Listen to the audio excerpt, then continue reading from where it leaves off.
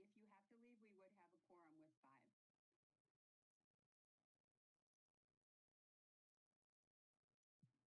Assuming nobody else has. Okay, thank you.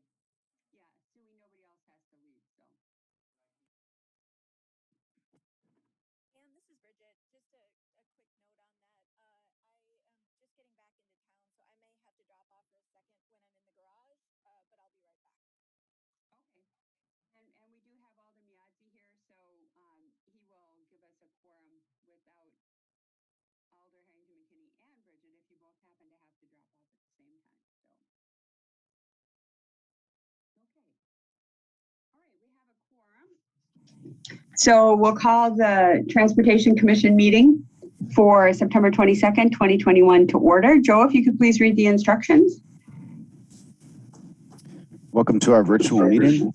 If you lose connection at any point during the meeting, you can reconnect by clicking the link or calling the number in your original email. Members, if you are able, please activate your video and keep it on for the duration of the meeting. Staff, if you are able, please activate your video when you are speaking. All panelists, that is Alder's commission members and staff, have the ability to mute and unmute themselves. Please continue to use the raise hand feature when you'd like to be recognized to speak, ask questions, or request a roll call vote. Lowering your hand will take you out of the queue. Members of the public who have registered to speak, the name you entered in Zoom must match the name you entered in registration. You will remain muted until called upon. The clerk will tell you when your time is up. After speaking, a member of the commission may ask you a question. If you need to share documentation with the commission, please send it to the email listed on today's agenda. Chair Kovich, the floor is yours. Thank you very much, Joe. Aiden, would you call a roll, please? Yes. Charles Miazzi. Barbara Harrington McKinney. Present.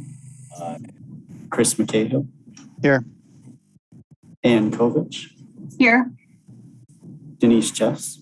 Here. Bill Bremer. Here. Bridget Brown. Here. And Ken Street.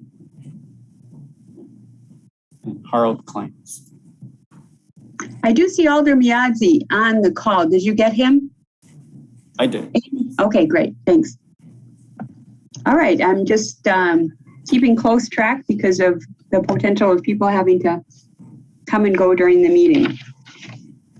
Okay, did everybody have an opportunity to take a look at the minutes from last time?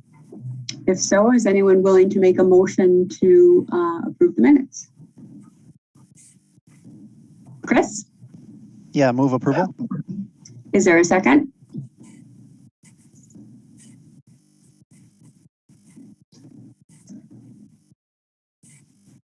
We have a second on the minutes? Okay, Bill? I'll second. Okay, so there's a motion and a second. Any discussion? Okay, seeing no hands, we'll assume a unanimous consent vote approving the minutes. If anyone wishes to vote no, please raise your hand. Okay, seeing none, the minutes are approved. Do we have any public comment under number 1? Joe or Aiden? No. Okay. Any disclosures or recusals this evening? Okay, seeing no hands. We have a number of items proposed for the consent agenda this evening. It would be items number 2 through number 6. Do we have any members from the public registered to speak on these items, Joe or Aiden? There's someone wishing to speak on 4. Oh, there is. Someone wishing to speak on 4? Yes. Okay, all right, so we'll have to pull that off the consent agenda. And that's the only one? You said 1 through or 2 through 6? 2 through 6, yes. Yep, then 4 is the only one. Okay, thank you. Do any members of the commission wish to separate 2, 3, 5, or 6 from the consent agenda?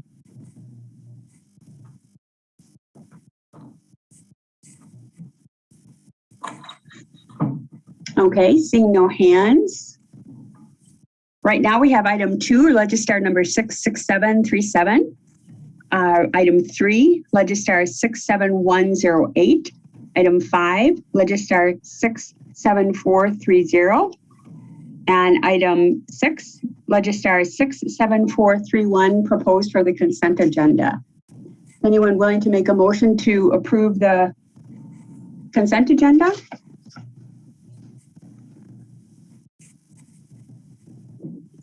Bridget, is that a motion? Yes. And Ken, is that a second? Yes. Okay, so we have a motion and a second on the consent agenda. Any discussion at all?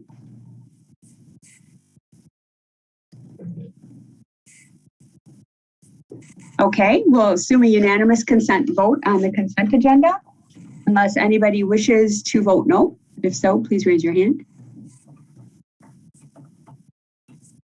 Okay, seeing no hands, item 2, 3, 5, and 6 are approved. So let's go to item 4 then. And let's have just, if staff has any presentation. Justin, this would be a Metro Transit resolution. If you want to just give a very brief summary of what we have, and then we'll hear from the person who wishes to speak. Sure. Good evening, everyone. This is just supporting a grant application for a program that would allow us to do planning work for the future north-south BRT line. It will eventually be called the Green Line. This is not construction or even design money. It's really just planning work that allows us to more clearly define the corridor route and endpoints and station locations, and do some of the environmental work that's necessary to move the project forward. So this was a new grant program that popped up that allows us to match 90%. And so this is a grant that we didn't expect to be available to us, but really allows us to move this project forward a little bit quicker than we previously anticipated doing. And again, the application requirements fit this project very well. So we think it's a good opportunity for us. Great. Thanks, Justin. Why don't we hear from, who do we have that's registered to speak, Aiden? Yes. Oh, yep. Bob Schaefer. Okay, Bob, go ahead. You have 3 minutes. Yes. That I'm concerned about from what I understand about the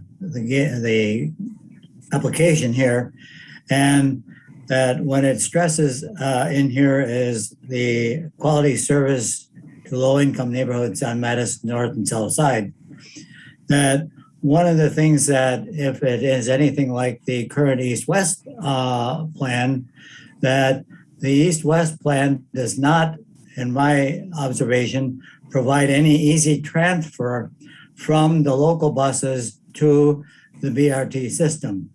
That most of the people on the south side and the north side would require using another different bus in most cases to get to a point where they can use the BRT system. So I think that if the design is going to be anywhere near the East-West design, that the bus stations are not compatible with the local buses and the BRT buses, and that they were isolated on the East-West route.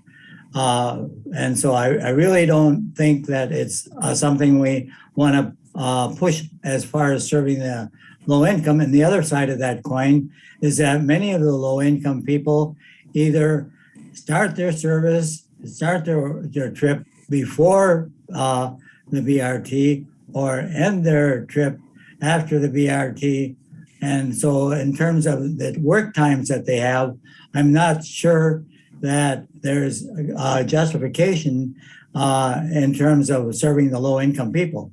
Now, if you want to just serve it as a general public, that's the whole thing. But I don't think we want to stretch or push it in terms of low income, because I don't know that that's necessarily going to be effective. Okay, thank you, Bob. Do any members of the commission have any questions for the speaker? Attorney Brist, I saw your hand up. Did you have a comment, Steve? Okay, all right. Okay, comments or questions for Justin with regard to this item?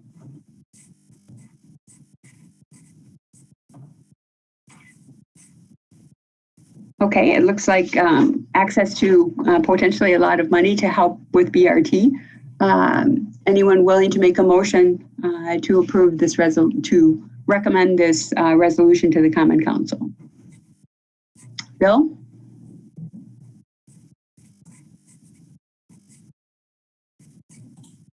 I'll make a motion for approval.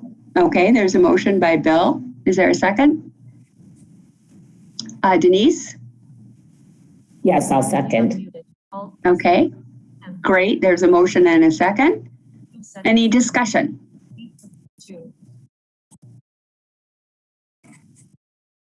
Okay, seeing no hands, we'll assume a unanimous consent vote in favor of recommending this resolution to the Common Council. If anyone wishes to vote no, please raise your hand. Okay, the motion is carried. Okay, thank you, Justin. All right, now we move on to item number 7. Second amendment to the Judge Doyle Square Development Agreement pertaining to 223 South Pinckney Street. And Matt, who's Director of Economic Development, has some information for us, along with Nate Gundrum, I believe from Mortensen Development. They've each worked on presentations for this rather complex transaction. So Matt, Nate, go ahead. Matt, are you going first? Yes, thank you, Chair Kovich, and good evening to the commissioners. As Chair Kovich mentioned, are folks seeing a PowerPoint presentation here? We are. All right. Again, good evening. I'm Matt Mikolajewski, the Economic Development Director for the City of Madison, and I'm going to kick off the presentation, an update regarding Judge Doyle Square Block 105, and then I'll turn over the presentation to Nate Gundrum of Mortensen Development that'll talk a little bit more about the Embassy Suites Hotel, which is the purpose of our conversation this evening. Just by way of background, for those that have been following the Judge Doyle Square project in the news over the years, Block 105 is half of that Judge Doyle Square project. It includes Block 88, which is the current location of the new Wilson Street Garage, as well as Stonehouse Development's Novo Affordable Housing Project. Block 105, which is the focus of our presentation this evening, is the location of the former Government East Garage along Pinckney Street between Doty and Wilson. And this just indicates where Block 105 is located downtown. And you can see it, again, runs along Pinckney Street between Doty and Wilson. And the location of the proposed Embassy Suites Hotel that we're going to be discussing is located on the half of that block that is immediately adjacent to Pinckney Street. So that block 105 is effectively divided into two, sort of lengthwise, with the hotel being right along Pinckney Street, and then the future additional development to be located between that new hotel and the Great Dane and Tempest building, for those that are familiar with those establishments. Just providing an overview of Block 105. The city executed a development agreement with Beitler Real Estate back in 2016 to develop a hotel project at this location.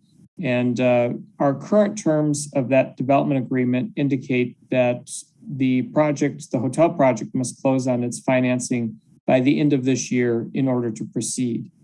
Beitler Real Estate has been working with Mortensen Development to propose an Embassy Suites Hotel, which will satisfy the terms of our development agreement with Beitler Real Estate.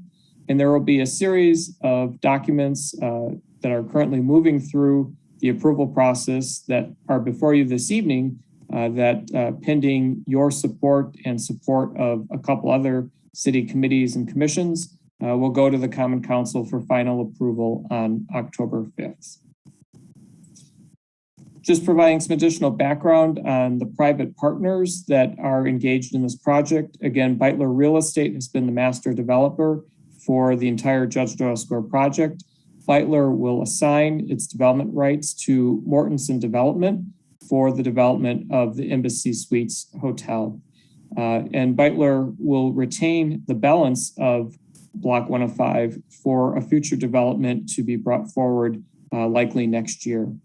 There will be a to-be-determined hotel operator that will ultimately be the long-term hotel operator. That operator, though, will be approved by Hilton Worldwide, and the flag will be an Embassy Suites Hotel. The primary city team are individuals that many of you have likely worked with in the past.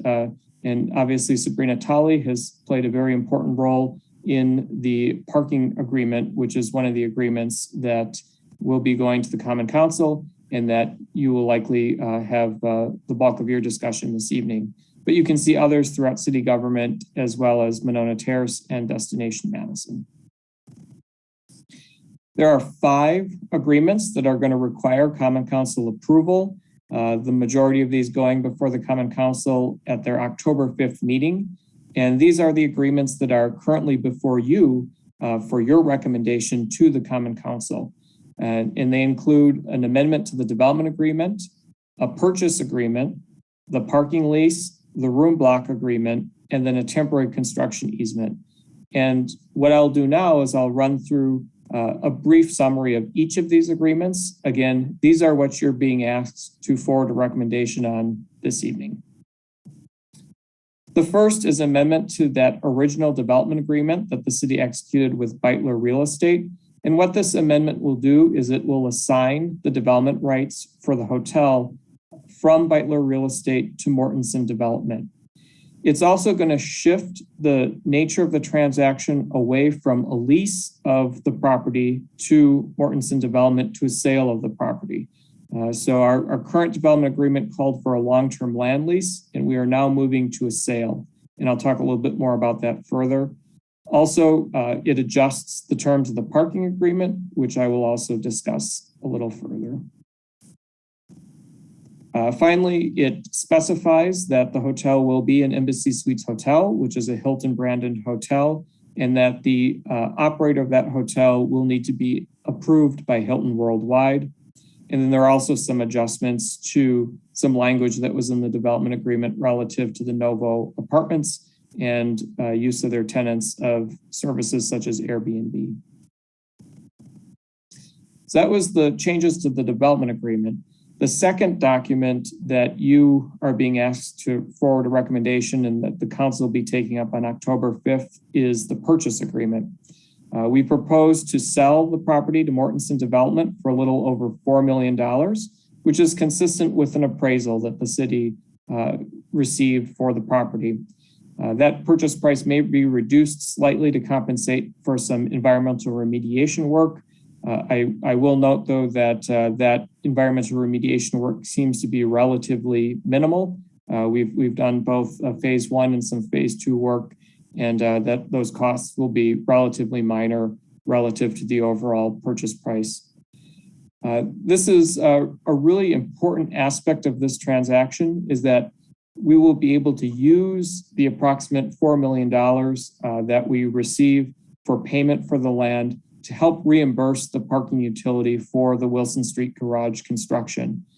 As you may recall, the Wilson Street garage was constructed using a variety of different funding sources, including tax increment financing, but there was a portion of the funding strategy that required parking utility support. And so our plan is to use this $4 million to reimburse the parking utility for some of the funds that they use to help build that parking structure. And again, outlined in the purchase agreement will be the Embassy Suites Hotel, which will have a franchise agreement for a minimum of a 20-year period. Moving on to we go. Moving on to the parking lease. The important note to start with is that there is no parking, I should say no car parking, included within Block 105 itself to support the hotel development. There will be some bike parking on Block 105, but there will be no car parking to support Block 105 development. The lease that is before you this evening proposes to lease up to 100 unassigned parking spaces in the new Wilson Street garage, with the right to lease up to 200 spaces if warranted, but also with the ability to reduce the number of parking spaces.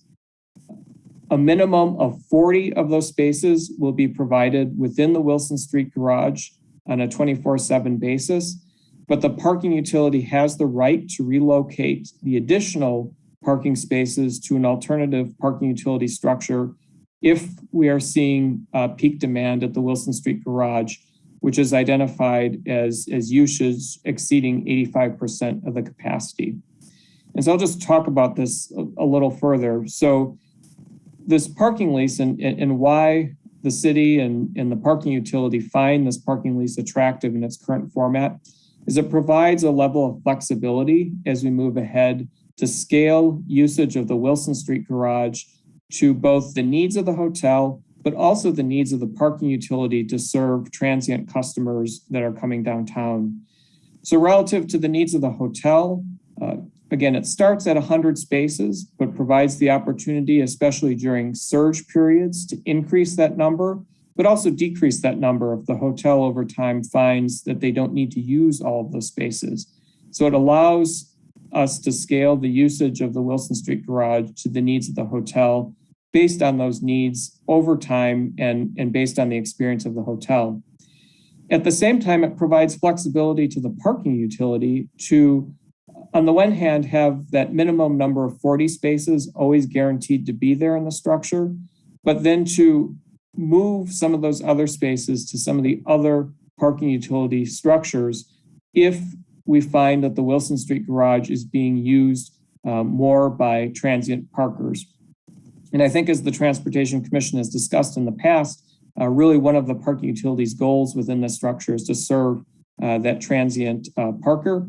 And so this does provide that flexibility that if we're finding that the Wilson Street garage is consistently being at 85% occupancy or more, that we can then move some of those spaces elsewhere. This is also very attractive in that the hotel will be required to pay the parking utilities 24/7 rate on the stalls. So for example, 24/7 within Wilson Street is currently $270 per month. So there is not a subsidy being provided to the hotel. There's not a discount being provided to the hotel. And the per monthly rate per stall will change over time as the Transportation Commission adjusts rates. The initial term for this lease is 40 years with 2 10-year renewals. So again, these are the primary terms of the parking lease, which is sort of the greatest concern to the Transportation Commission this evening. The next agreement, though, is the room block agreement. One of the goals of the Judge Doyle Square Hotel project was to provide a hotel that would have a room block to help serve Monona Terrace and help attract additional business to Monona Terrace. And this agreement does that. This agreement would provide an additional 185 rooms if the business was booked over 24 months in advance, and 150 rooms if it was booked between 18 to 24 months in advance. And that's very significant. That effectively doubles the amount of rooms that Monona Terrace and Destination Madison can offer potential business for Monona Terrace. So it's a significant positive increase in being able to attract conferences and events to the Monona Terrace. The final agreement is then a temporary construction easement, and this is simply an agreement that would allow Mortenson Development to use the balance of Block 105 during construction of the Embassy Suites Hotel for staging and storage. So this is a pretty minor item that just exists through the duration of the construction. The future of Block 105 will be those development rights will be retained by Beitler Real Estate for another year. Beitler will most likely come forward with an apartment project, but there are currently no development plans before the city at this time for that remainder of the block. I think it's important to highlight several opportunity costs of not proceeding with this transaction. Again, as I talked about, there's the loss of expanded business opportunities for Monona Terrace. There's tax revenue, parking utility revenue, and employment that Nate's going to talk about further in his presentation. And then finally, there's the investment of city staff time in this transaction to date. There's been a lot of work put in this project, and we really need very few additional hours to secure this important component of the hotel and then to move on to other things. And this is really really the best deal that we could have had, especially given everything that's been happening in the hospitality sector around both the construction of hotels and the cost to construct hotels. And this is really a great opportunity to actually receive payment for the property and then not be required to provide a subsidy to the hotel, because there won't be any subsidy to the hotel under this transaction. And given what the COVID pandemic has done to the hospitality market and done to construction costs, this is really a great deal for the city. And so with that, I'd like to turn over the presentation to Nate Gundrum of Mortensen Development. That's going to talk a little bit more about some of the details about the hotel. And then we, along with some of my other colleagues that are at this meeting, would be happy to answer questions that you may have. So with that, I will turn over the presentation to Nate Gundrum. Thank you, Matt. And good evening, members of the commission. My name is Nate Gundrum. I'm with Mortensen and part of the development team for the hotel project. Can everyone see my screen? Blue PowerPoint? Excellent, thank you. Yes. So there's three topics that I wanted to cover as part of my presentation. One is just a very brief overview of Mortensen. Secondly, I wanted to provide a little bit more of an overview on the project, the design, some of the floor plans, etc. And then a quick overview on the economic impact of the hotel for the community. So Mortensen, if you haven't heard the name, we are a third generation family owned real estate development and construction company. We have a national presence. We're the 18th largest developer builder in the country, do about $5 billion annually in revenue with 12 regional offices around the country. One of those offices is in Wisconsin. We've been in Wisconsin for 40 years. Some of the more notable projects that we've done in Madison, the Wisconsin Institute for Discovery, Wisconsin Energy Institute. Back in the day, we did the American Family Insurance headquarters out on the east side. And then in terms of our hospitality resume, we've done over 100 hotel projects over the years, everything from Ritz-Carlton on the high end to Hampton Inns on the limited service side. We've worked with Hilton, Hyatt, Marriott, Omni, Lowe's, all the major hotel companies.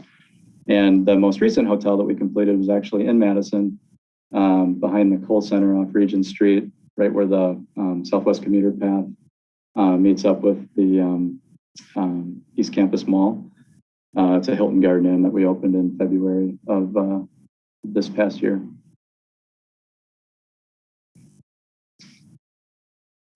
Okay, so we are obviously not here to talk about Mortensen. We're here to talk about realizing a vision that was put in place by the city back in 2015 for the Judge Doyle Square block and a half development. And I pulled a few excerpts out of the RFP that was issued back in 2015.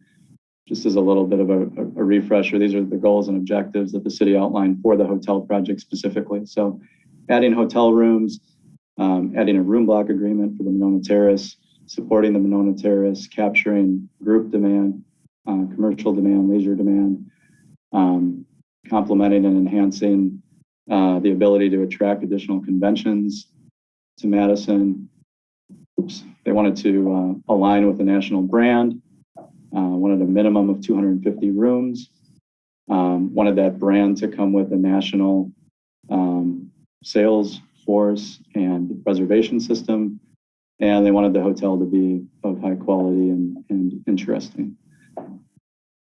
And so this next slide here is a rendering of the design that we've now taken through the Urban Design Commission, through Planning Commission, through City Council, and it has been approved by all three parties. And we believe that we have, pretty squarely checked the box on all of the city's goals and objectives that were outlined in the RFP. The hotel will be an Embassy Suites, as Matt mentioned. This is one of Hilton's flagship brands. And given that affiliation with Hilton, the project will come with a global sales and marketing platform and a very strong central reservation system. This particular brand, the Embassy Suites, also is very flexible in terms of the type of demand it caters to. It caters to corporate, leisure, and group demand, which is one of the goals. And the project exceeds the room count that was outlined in the RFP. We actually have 260 hotel guest rooms.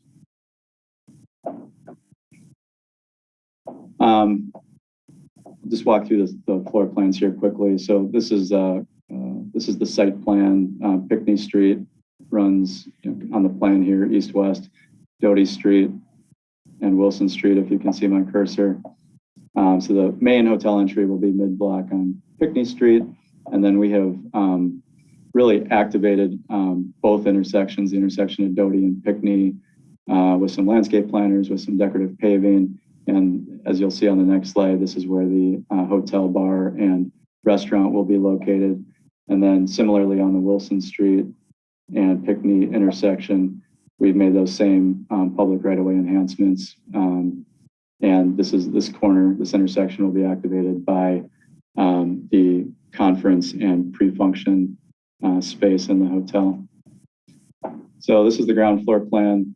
Again, main entrance, front desk when you walk in, flanked to the left by the hotel's restaurant and bar, flanked to the right by the hotel's meeting space and pre-function space. And then the interior of the site is aligned with some back of house functions. Up on level 2, we have a fitness center and some back of house administrative offices. And then you start to see some guest rooms layered in. And then on level 3 through 9, that is all hotel guest rooms. And as you probably knew, the Embassy Suites, that means it's an all suites product. All of the rooms will be suite rooms, means they're larger than a standard hotel room. And it'll be a mix of king rooms and double queen rooms. All right, and then moving into the economic impact analysis. So the city in their RFP from 2015 also outlined some economic goals, which you can see here. Retain and grow the business of the Monona Terrace Convention Center. Basically get this parcel on the tax rolls, bullet number 2, and then bullet 3, increase the economic and retail activity in the immediate area. And so we have done our best to quantify what those economic impacts will be. And these are just the economic impacts that come directly from the hotel, not indirect impacts from other, surrounding businesses. So first off, the parking revenue. So based on the parking agreement that has been negotiated, we expect to generate $25 million in parking revenue over a 40-year term for the parking utility from this hotel. Secondly, property tax revenue, we expect to generate roughly $78 million over the 40-year term from this hotel. The largest revenue source is the lodging tax, the transient lodging tax, $124 million over that 40-year term. Sales tax revenue of $84 million. And cumulatively, if you add up those 4 revenue streams, this hotel over a 40-year term is expected to generate over $300 million of economic impact for the community.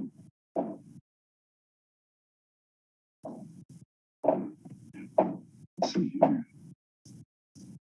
Then the last slide I just wanted to touch on, and this is kind of piggybacking off of some of Matt's comments. These are all of the folks that I've had the opportunity to work with just over the 18 months that I've been involved in the project at the City of Madison, the Monona Terrace, at Destination Madison, Capital Neighborhoods Association. There's been a lot of hard work and kind of collaboration put into getting to this point in the project, and I personally have really appreciated the partnership with the city to get to this point. So with that, that wraps up my presentation, and I'm also happy to answer any questions from the commission. Okay, thank you, Nate. Aiden and Joe, did we have anybody else? Nate, I know you were registered to speak in support of this, but I believe you've already had an adequate opportunity to say what you wanted to say. And just would want to note that you did register in support, correct? Yes. Aiden, did we have anybody else registered to speak? JP Beitler in support, but they are also in the meeting as a panelist. So. Okay. Did you wish to add anything at this point? We would certainly give you an opportunity to speak if you'd so like to. Yeah, no, I'm available to answer questions, and I think Nate summarized it very well. Okay, thank you very much. All right, so let's move on to questions from the commissioners. Anybody have any questions? A very thorough presentation. Ken, go ahead. You're muted, Ken. I'm very supportive of the project. I just think as a commission, we have to ask the question, what was the total amount of parking that was available under Government East, and how much parking do we have right now at Wilson Street? I'm just trying to figure out what would be available to the average office worker or other person who wanted to park down there after this agreement would be made. So Tom or Matt, who wants to answer that?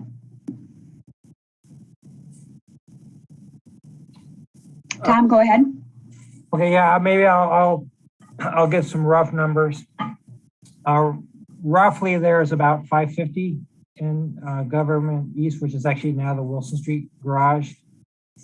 The last 3 months, we've had roughly about a 20% occupancy. So I'm just going to say it's quite modest. This would be taking perhaps some parking spots that would ordinarily be perhaps rented to workers downtown.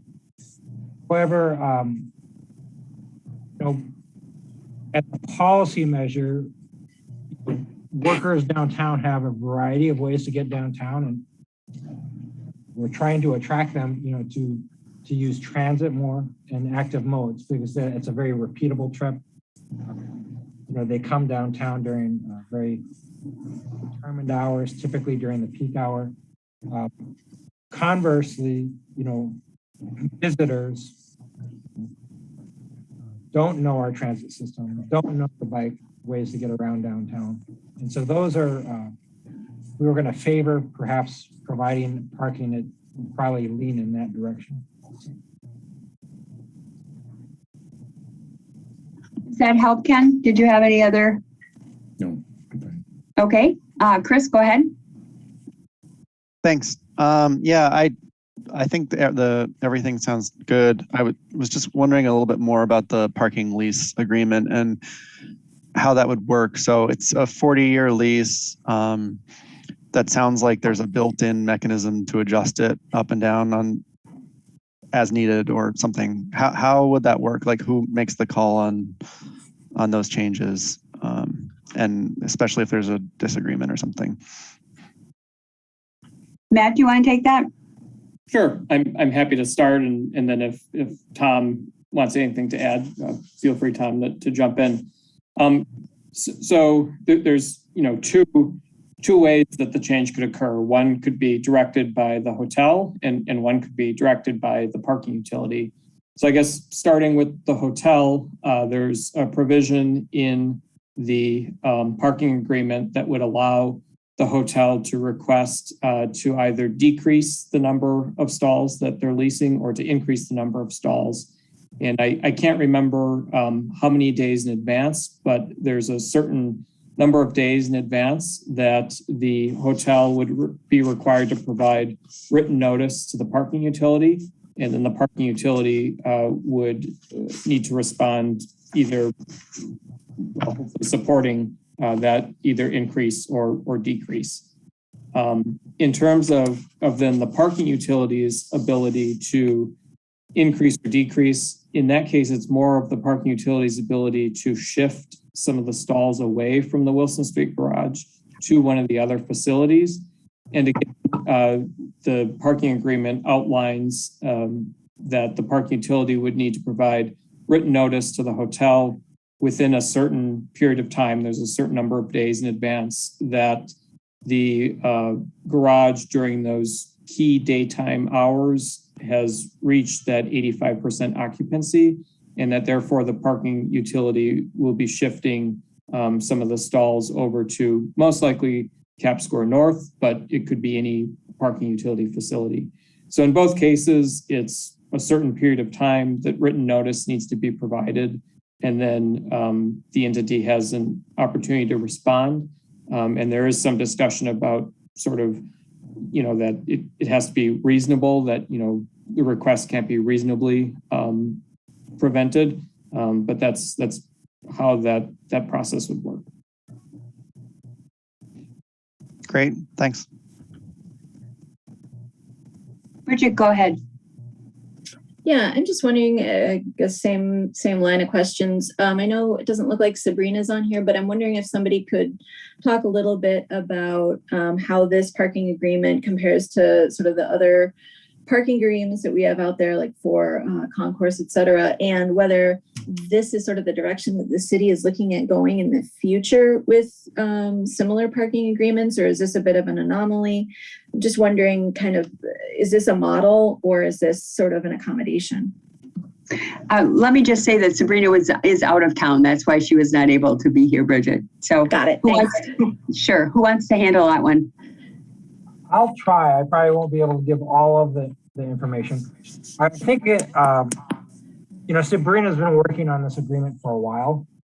It is common for us to have these types of agreements. Like, for instance, we have it with the AC Hotel. It looks like Kevin's here. He might also be able to help. And Sabrina felt comfortable with this. They will be paying the 24/7 rate for an out-of-town visitor. So, they're not getting a discount at all monetarily. And they actually are helping to fill our parking garage, because right now we're at 20%. And, it'll be interesting to see how parking demand changes, when we recover, right? But if parking demand does change with workers, we would like some mode share shift. Workers have they have good opportunities now, and they will have better opportunities 2 years from now with BRT. Kevin, did you want to add? Yeah. So if anyone doesn't know, I'm Kevin Ramakrishna. I'm an assistant city attorney. I've been working on this for a while now. I guess to answer the question directly, this is different than what we see in a lot of these other cases. The AC is probably the closest, but that was, even then, that agreement was a little bit more standard. But this really comes down to this is more like a requirement of financing, right? This is in lieu of them building their own parking, they have this agreement, and their lenders need to have a certain level of security that they can actually use the stalls and park Because if they don't, obviously it's a very risky deal if you can't actually park people. So I think the only way to answer that is it is not the model that you're going to see very frequently. But if we have deals like this, yes, it could end up being something that we see again, depending on how everything obviously turns out. We would, if there are issues, we would hope to correct them and fix things in the future. But no, this is not going to be a normal everyday occurrence. Bridget, go ahead with another question. No, I just wanted to say thank you. That the financing aspect gives the answer that I was looking for. So thank you. Mm-hmm. Bill, go ahead. I just have one question. Will the parking stalls be designated in a certain part of the ramp, or will they just be intermixed with the other stalls? Or in other words, will they be on the second floor or third floor, or will they just be scattered throughout wherever a person can find a place to park? They're scattered. They will not be designated. In other words, there'll be nothing to indicate to anybody just that this is an embassy spot. Correct. I see. Okay, thanks. Does anybody else have any other questions? I just have one question, sort of observation. I spent a lot of time serving on the Monona Terrace board. So I spent a lot of time, and before Monona Terrace was built, looking at the indirect economic impact of Monona Terrace. So one thing that wasn't talked about is, won't there be some significant additional indirect economic impact, both for Monona Terrace and for the city, from bringing visitors into the hotel and into Monona Terrace? I'm happy to take that one. And thank you, Chair Kovich, for bringing that up, because absolutely there will be a significant benefit. And one of the reasons, or one of the goals, that by having a larger room block, the goal is that we can attract additional out-of-state conferences and conventions where people, especially during Wisconsin winters, want to have hotel rooms closer to the facility. And it's those out-of-state conferences and conventions that really bring additional revenue to the community. Obviously, we like the fact that local events can occur within Monona Terrace, and we want to keep having those local events. But it's those out-of-state visitors that generally spend a more significant amount of money on restaurants and retail stores and the like downtown. Thank you. Alderman Yazzie, go ahead. On that same note, do you guys do anything as far as giving back to the community, as far as helping out with any kind of organization or partnering with any organization? Just out of curiosity, I'm just new to this, so just wondering.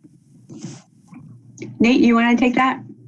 Sure. Yeah, there's a few different ways we do that. On the construction side, we're working with the city, with Melissa and Kirsten and DCR, and we'll be developing an affirmative action plan and setting some good faith effort goals with respect to the construction labor force. So that's a work in progress. We just had our second meeting with Melissa and Kirsten earlier this week and plan to have that plan wrapped up over the next couple months. But that will impact, I think it was around 400 construction jobs, during the 2-year build process. And then post completion of construction, yes, it would be, we're 2 years away from opening, so we don't have any of these things baked at the moment, but it would be typical for us to engage with local community organizations, doing things to activate the lobby, bringing in, local bars and restaurants to do pop-up type events in the lobby to provide something, to the residents and local community, in addition to the out-of-town guests staying at the hotel. So it's just a flavor for some of the things that you could expect to see. Thank you. You're welcome. Any other questions or comments for anybody? Okay, I'll entertain a motion.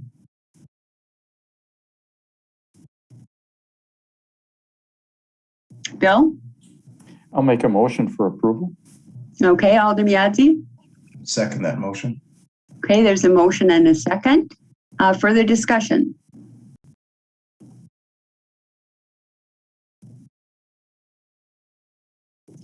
Okay, seeing none, we'll assume a unanimous consent vote unless anybody wishes to vote no. If so, please raise your hand.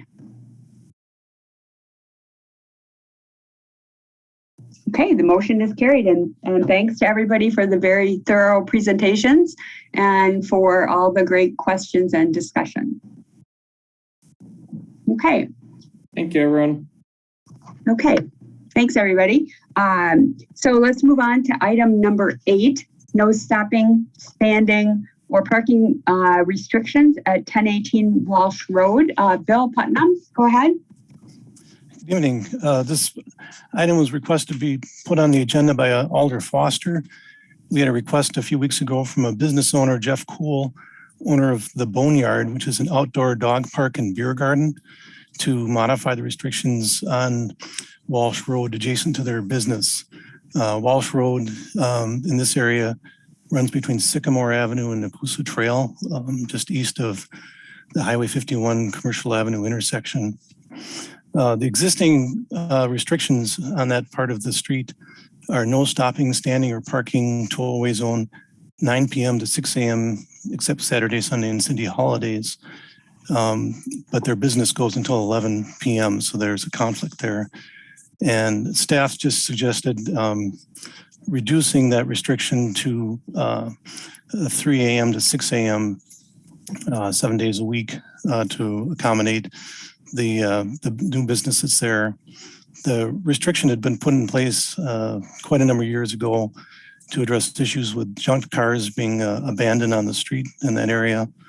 And this would just kind of help keep that deterrence there. And Madison Parking Enforcement staff support that change. So if anyone has any questions, definitely happy to help answer them.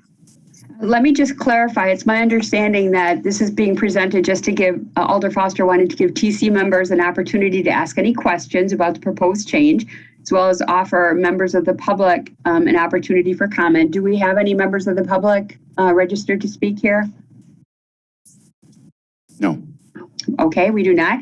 And staff has the authority under ordinances to go ahead and implement the change. So we don't need a motion this evening. Alder Foster just wanted an opportunity to have the TCs see this and ask any questions. Ken, go ahead. Just want to thank both Alder Foster and Bill for bringing this to our attention. I think this is a perfectly great idea to help the person and also meet our needs to keep the streets free of the vehicles. Okay, thanks, Ken. Yang, did you have some comments? Yeah, and I just want to thank Bill for attending the meeting, talk about this item tonight. He has been sick and at home, so thanks, Bill.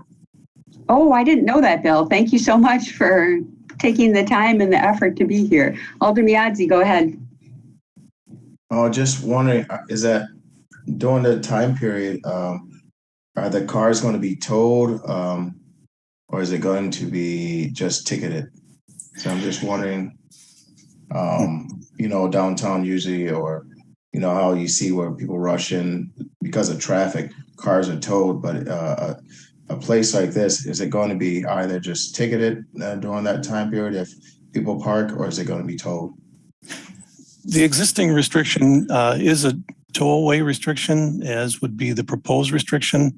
That said, in this area, this is quite far from a normal route that parking enforcement usually does. So it would more be a complaint-driven matter where if someone sees an abandoned vehicle, they could call parking enforcement, and parking enforcement could then come out and just tow right away if there's a vehicle in violation of that. But it's just not in an area that is typically enforced heavily. Thank you. Okay, any other comments or questions for Bill? And thanks for bringing this forward, and thanks to Alder Foster for giving us the opportunity to hear about it and offer any feedback. Okay, next, Justin, let's go to the Metro Transit Network Redesign Study Update. At our agenda setting meeting, Ken had the great idea to ask Justin to give us a regular update on the Metro Transit Network Redesign Study. Obviously, you know, TC is very integrally involved in schedule and route changes. So very important for us to stay up to speed with regard what's happening. So Justin, go ahead. Sure. So I'm going to get started quick. First and most important, please encourage people to attend our public information meeting that actually is happening tomorrow night at 6 o'clock.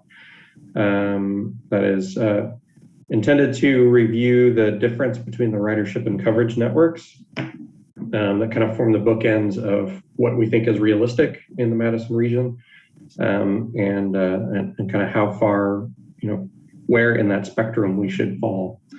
Ultimately, we expect to bring an action to the Policy and Planning Board on October 4th that would help us determine kind of, again, where in that spectrum we want to be, not to approve a network map per se, but just to approve a policy direction around how much of our resources do we devote to covering all areas of the city versus how much do we devote to maximizing our ridership. After that, we will go spend a couple weeks as a staff team really digging into to those directions and developing a draft of a network that we would bring to the Policy and Planning Board, and then again to the council following that, and as well as the public for outreach.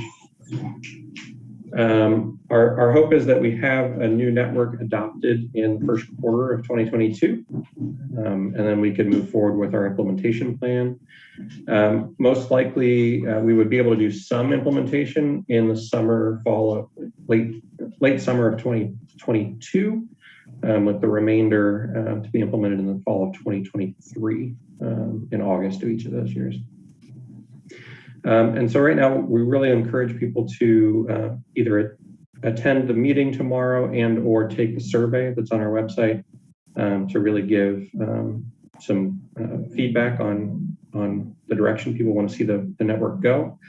We've gotten a lot of good feedback so far, but obviously the more the better. So we want to just keep encouraging and pushing people to submit that feedback.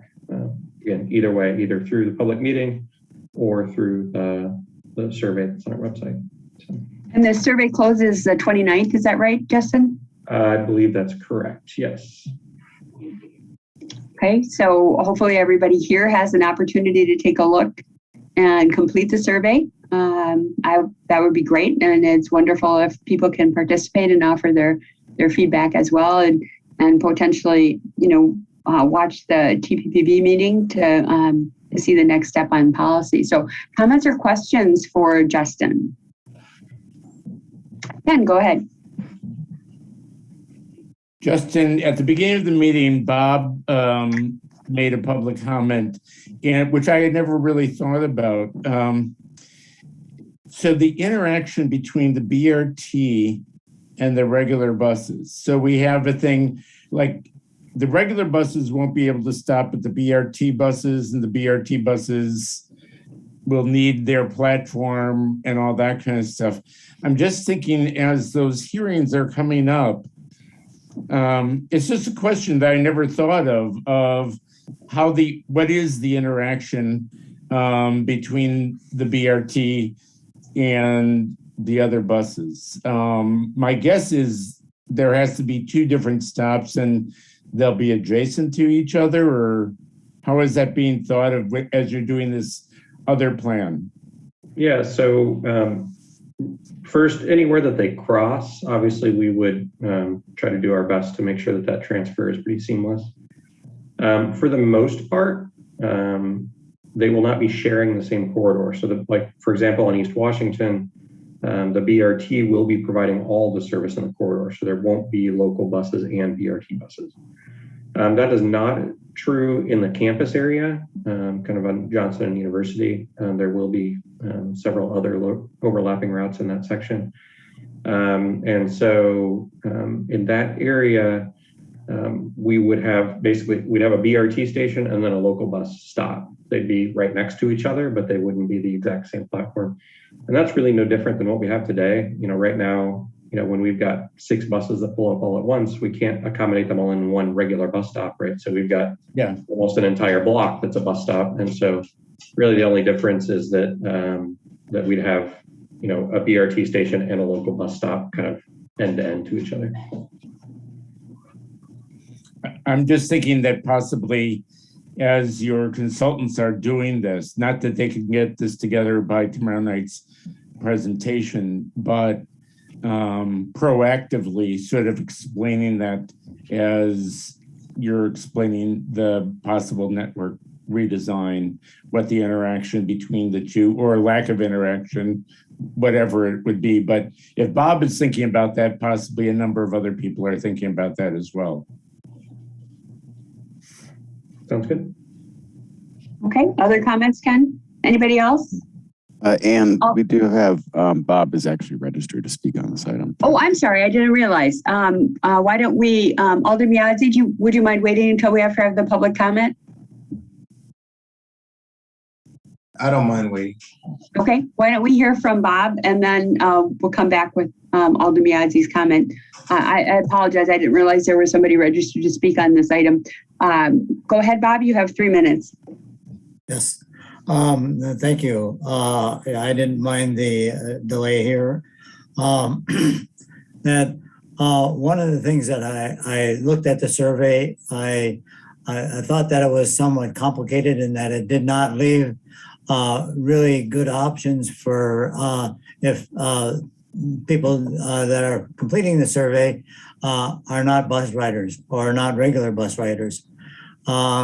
And that, some of the things that where do you go from here to there and what are your most used things that, again, on some of those questions, there is not an option for those people who do not use the buses. And I think that if we're going to make the bus route or the Metro Transit, if we're going to make that being a success, that we need to look at what is it going to take to get people to use the bus and so forth like that. And in my case, that if I'm going out to Sun Prairie to Woodman's, the bus doesn't run out there. And so other places where I might have to do several transfers in order to get to where I want to get to. And those are the things that make it difficult for some people and unappealing for some people to use buses. And so I think that if we're going to get people on there to ride, we need to make it convenient and we need to make it timely and we need to make it almost like, a person driving their own car.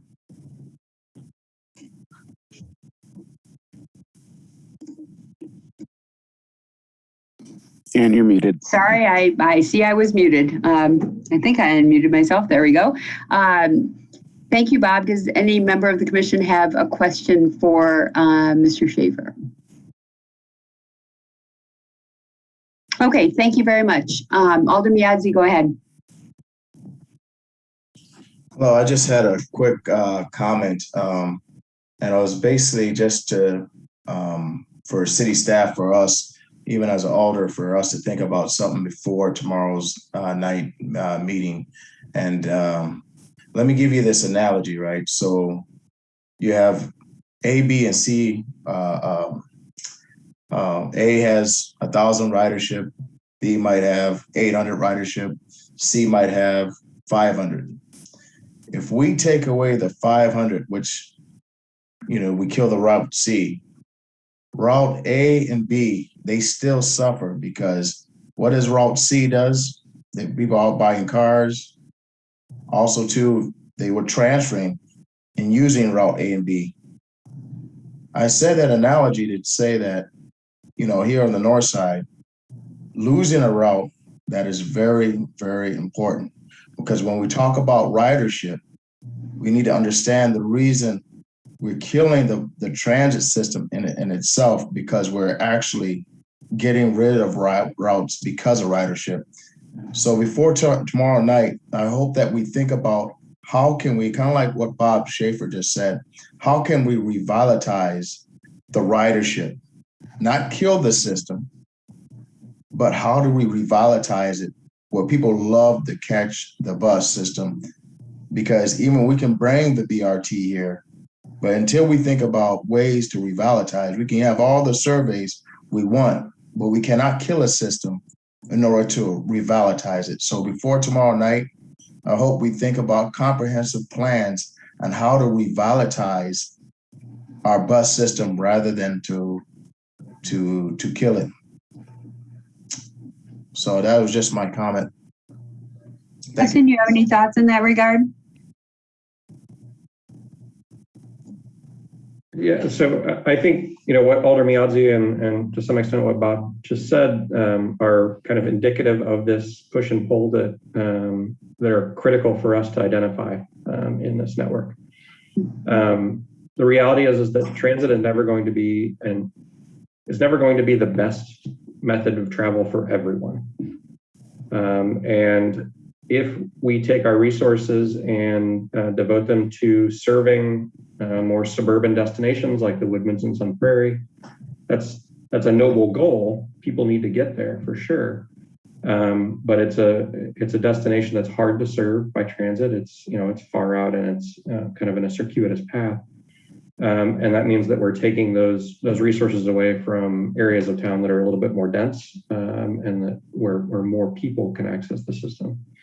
And so that's where there isn't a right answer here, right? It's really a reflection of what our goals are, and both serving every part of the city as well as making sure the most number of people can use the system effectively are both really good goals, but they're in conflict with each other. And so that's the decision point that we have right here, and to decide, do we care most about, the analogy that I've used a couple times is that, we have on the south side in particular, we have an area along Fish Hatchery Road that has a lot of people who are low income, a lot of people of color.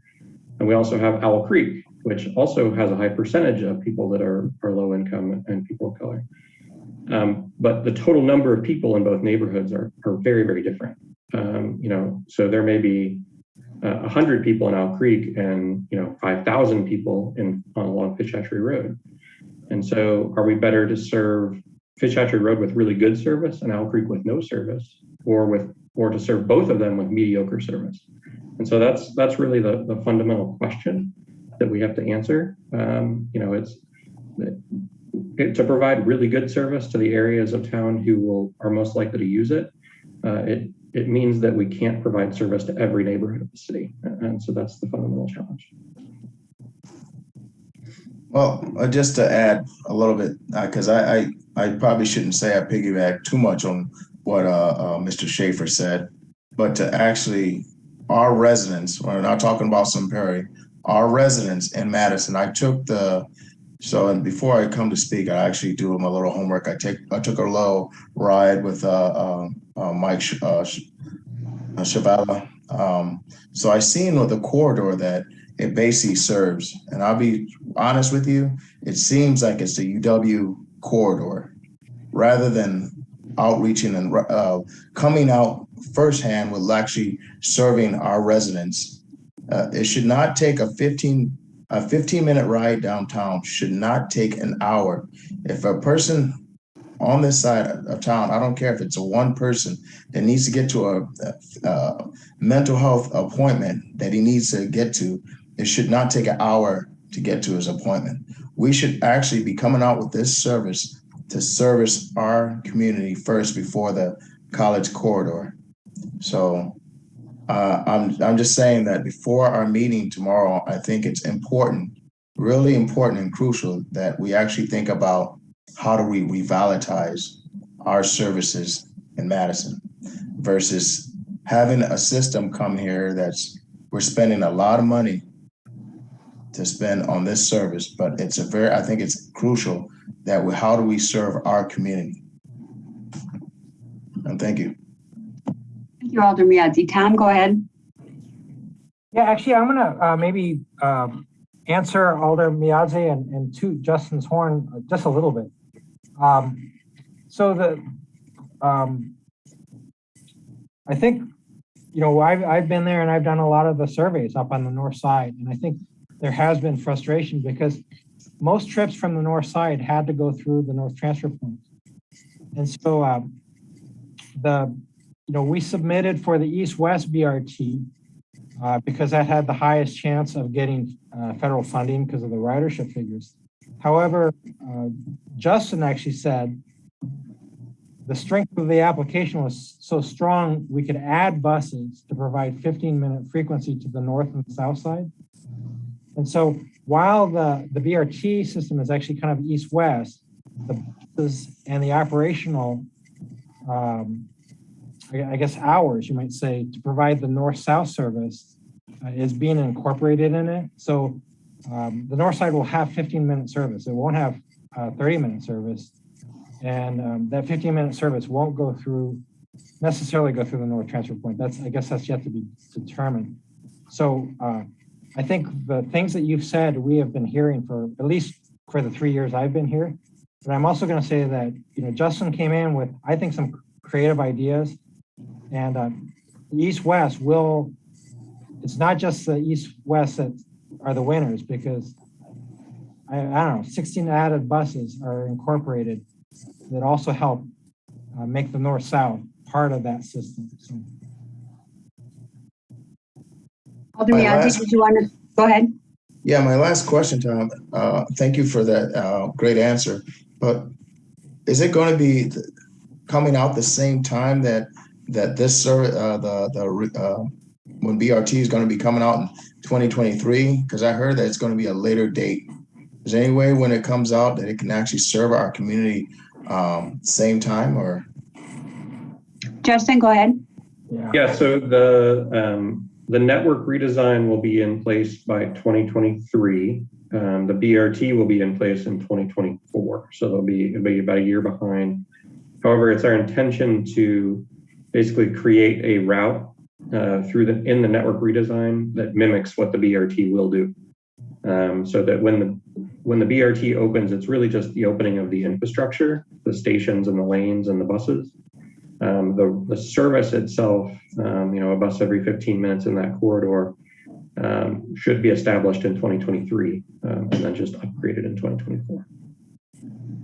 Thank you so much, Justin. I really appreciate it. I'm just really passionate about the north side and making sure that the residents gets the service that they deserve. Yeah, it's a very important topic, and ridership versus coverage, they do conflict, don't they? And Justin, it's not just one or the other, it's where do we want to be in the combination of the two, correct? That's exactly right, because it won't be 100% one way or the other. It can, even if our feedback skews one way or the other, it's unlikely that we would just choose one bookend or the other. We would say we want to be 75% towards this end, and then we design a system around that where maybe we still focus mostly on ridership, but we still provide some of those coverage services to some really critical neighborhoods, even if we don't expect them to generate a whole lot of ridership. So, to your point, it won't be all or nothing. Right. And that's why it's really great to have these opportunities to talk about it, and all the opportunities that you've stated that you have to gather feedback from people, because it's critical to have when the Transportation Policy and Planning Board, the Common Council, when everybody is making decisions about the network redesign. And the Transportation Commission is going to be asked for its opinion as well, because, you know, we're a part of making decisions with regard to routes and schedules. So at some point, we'll need to weigh in as well. So other comments or questions? Great opportunity to talk, and we'll give you at least a short opportunity each month, Justin, just to keep everybody up to speed on this very important topic. Okay, thanks. Chris, the 2022 Public Works Transportation Projects list. It looks like a busy year. Thanks. My name's Chris Pedikowski with City Engineering, and each year we kind of preview all the projects that is in our budget for construction in 2022, and give you a kind of an idea of what items would be coming to TC for approval or just informational purposes. So I included the list. I had a couple tweaks to it since I put it in the agenda, and I'll just kind of go through it quickly, if that works for everyone. Are you seeing the list here? Yes, we are. Okay, good. Maybe I'll zoom in a bit. And I can pull up the maps if that helps. So I got it separated into types of projects. The first type of project is a reconstruction street, where these streets already have curb and gutter, sometimes already have their sidewalk on both sides as well. And what these projects do, we would be completely replacing all of the curb and gutter, all of the pavement, and all the pavement base, and all the utilities underneath the roadway. So we've got just 4 of these types of projects this year: the La Follette, Ohio, Talmadge, St. Paul, Jackson.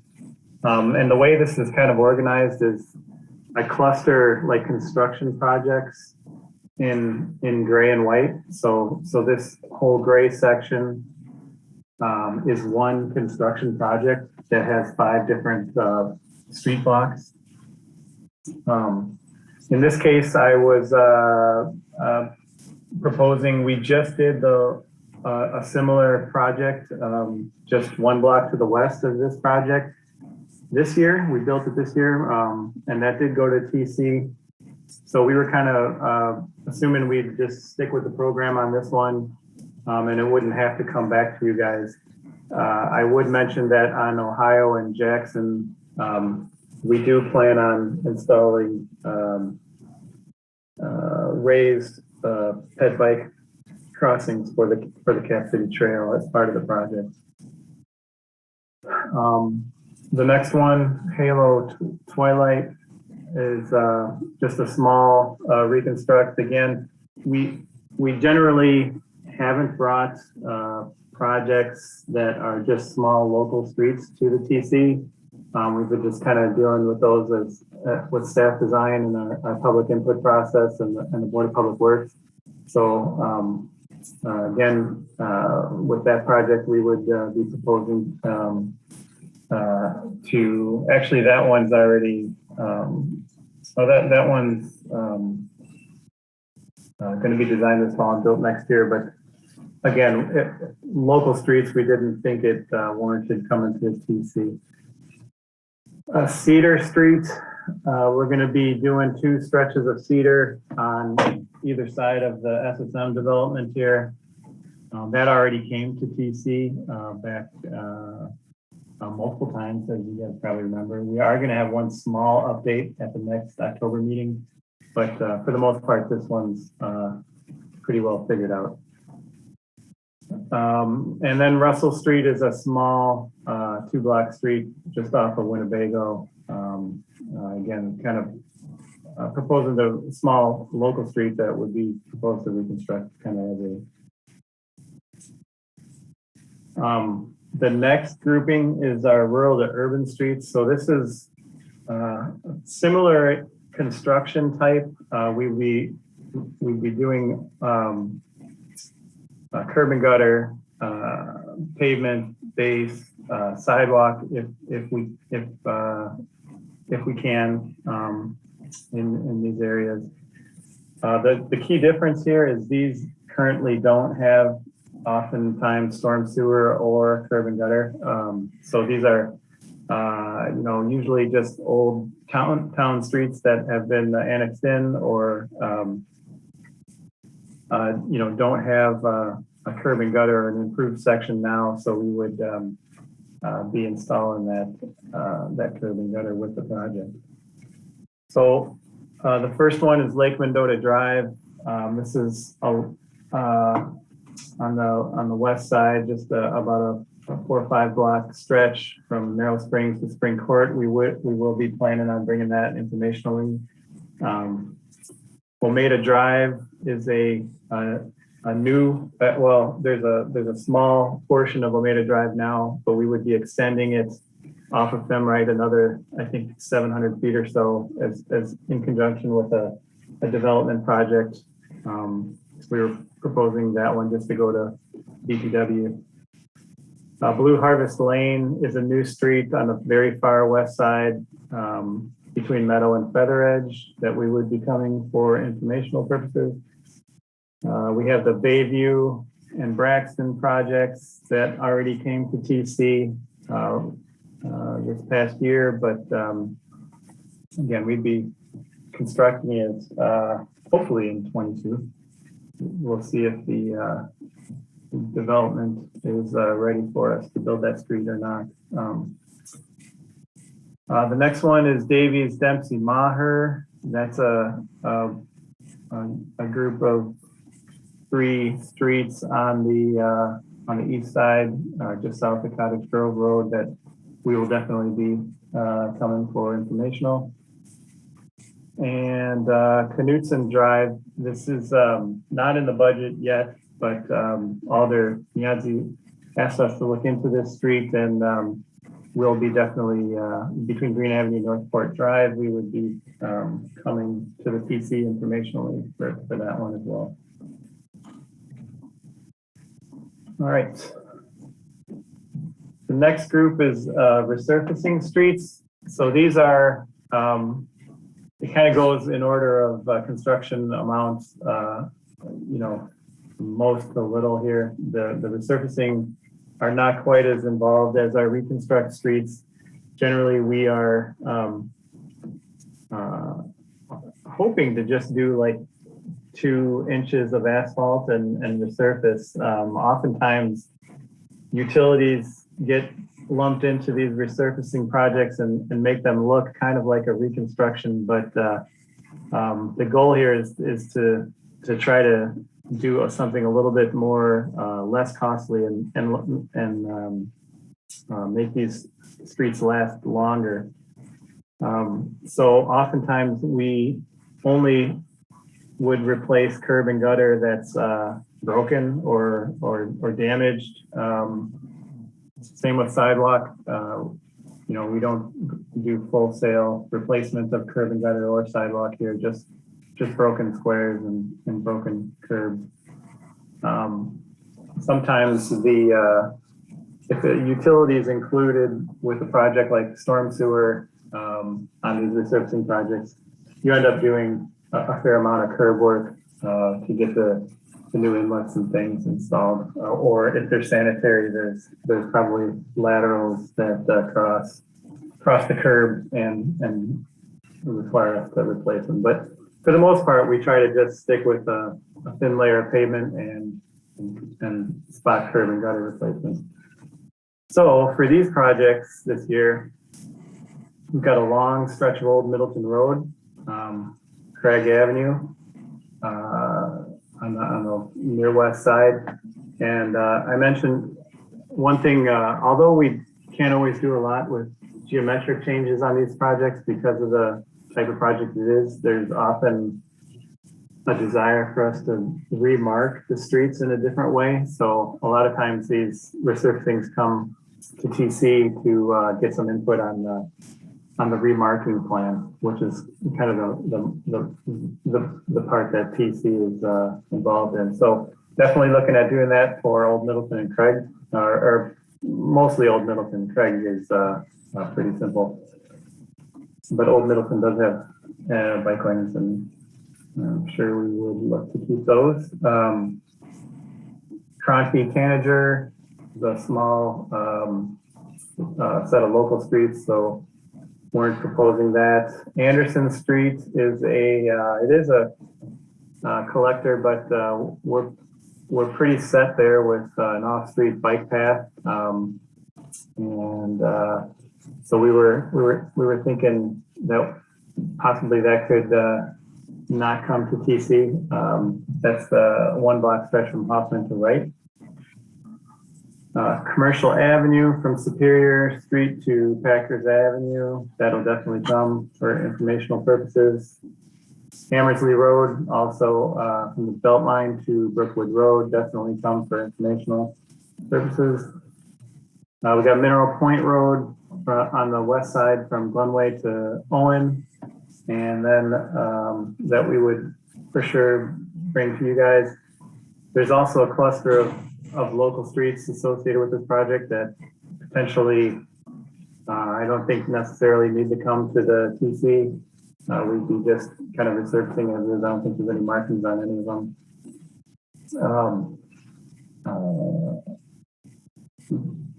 Next one is Tokay Boulevard. Definitely from Seago to Whitney, we would be coming for TCC for informational purposes.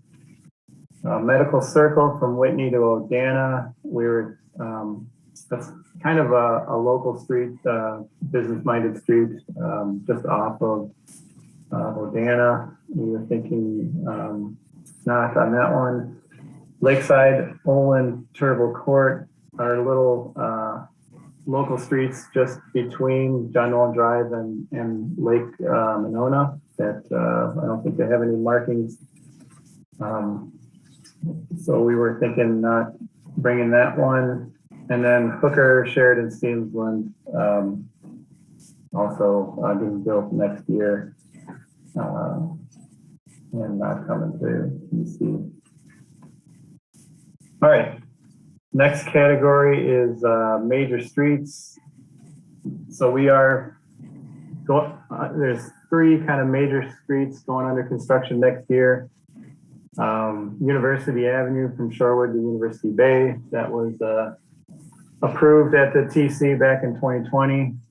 Blair Street from East Wash to Williamson, again, approved back in 2020, and Pleasant View from Timber Trail to US 14 back in 2020. So these are, what you'll see kind of, these are, you know, very large WISDOT projects that we work on for, you know, sometimes up to 5 years. So we kind of do our homework and get the TC approvals fairly early for those. So more or less just a reminder that, you know, those are getting built next year, but they've already been approved at TC.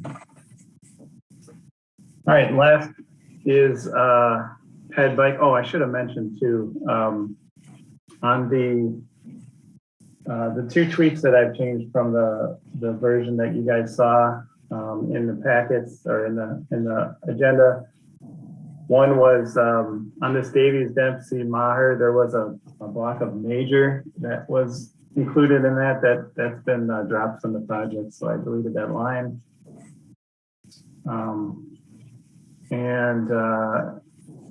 The other one that I've added here at the end is the Troy Drive Railroad Bridge that's not getting built in 22, but we'd certainly be starting to talk about that at the committee or commission next year for sure. So for Ped Bike projects, we have our Bikeways program, which is path resurfacing that would, and all of these would be coming to the TC except for one. New sidewalks. So we have a program where we install new sidewalks each year, little 1 block segments that would be coming. Safe Streets 2022. So in the past, we've had a couple of programs called ped bike enhancements, traffic calming, and one other one. Safe routes to school. Those three budget items in engineering's budget have been transferred to Safe Streets in TEs. So that I think will similarly to pass those that come to TC, they would continue to do so. We've got the Old Middleton Underpass, which is a new underpass just west of Whitney Way, right off of Old Middleton Road. That's a new ped bike underpass under the railroad that would be coming to TC. We have our Quiet Zone 2022. This is where we make enhancements to railroad crossings to allow them to be entered into a quiet zone where there's no horn, or no automatic horns, I should say. They're still allowed to blow the horns if there's an issue, but they wouldn't automatically do it 3 times at each crossing like a train does now. We do have a few crossings in the East Isthmus planned for next year, starting at Blair. I think it's Blair, Blount, and Livingston, I believe. We got the Cannonball Path, a new path that would be installed from Fish Hatchery Road to Winder Drive. And then these next 3 are not being built in 2022, but certainly come to TC in 2022 to kind of get some input. That's the West Main Bike Boulevard out off of West Main Street from Proudfit to the Outer Loop, and Westtown Path Phase 3, which is from Commerce to Junction Road. Those were 2 projects that we approved TAP funding for. So we have federal funding, so we'll be bringing those to the commission for comments. And then, as I mentioned, that Troy Drive Railroad Bridge, that's a new railroad bridge for Troy Drive to travel under. Hopefully, if we get our grant, that could possibly be built as early as 2023. So that's our list. It's a pretty big list. I tried to spare you guys on some of the ones that I thought made sense. Either, like I said, local streets or in an area that we've been worked on before, and we're kind of continuing the same program. But there's still quite a bit that's going to be coming to the commission as early as next meeting. So that's all I had for presentation. Okay, thanks, Chris. And if you could please get Aiden the updated copy of your spreadsheet, he can save it in Legistar for the record. Who has comments or questions for Chris? And I would just say on Safe Streets Madison, Yang will be bringing the actual program back to the commission so that we can, hear more about how it's going to work, and we'll have an opportunity to weigh in on that as well. Just go ahead. Thanks. Thanks, Chris. I'm most familiar with the Atwood area stuff, and so I just want to say thanks for thinking to include those raised crossings in that work. I'm curious about the quiet zone stuff and what that actually involves. And the reason I ask is because the roads I think you listed are where we are forced to walk back some of the signage that we've done along the path. And I'm wondering if there's an opportunity to rethink what we could do in lieu of what happened. That's a good question. So, and I might need Yang to help with this one, but so what we do right now, not all of those street crossings of the railroad have gates coming down to block the cars. So what we would be doing is installing whatever installations are required to create a quiet zone, which in most cases is gates and sometimes curb and gutter to stop people from switching lanes to get around the gates.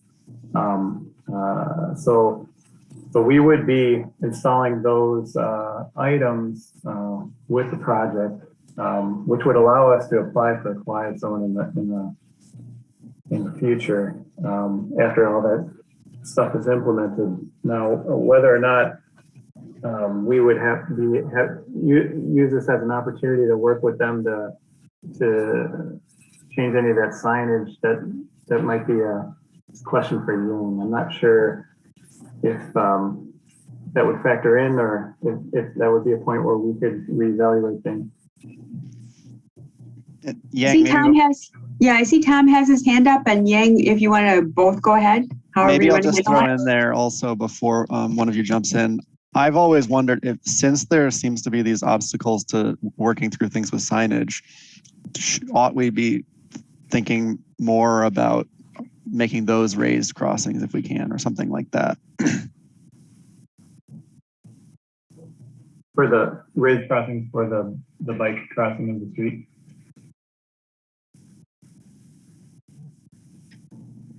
Yeah. Tom, you have your hand up. You want to go ahead, or Chris, did you want to answer that first? I think we could look at that as part of the project. So some of the work we actually have the railroad install the gates and that sort of thing.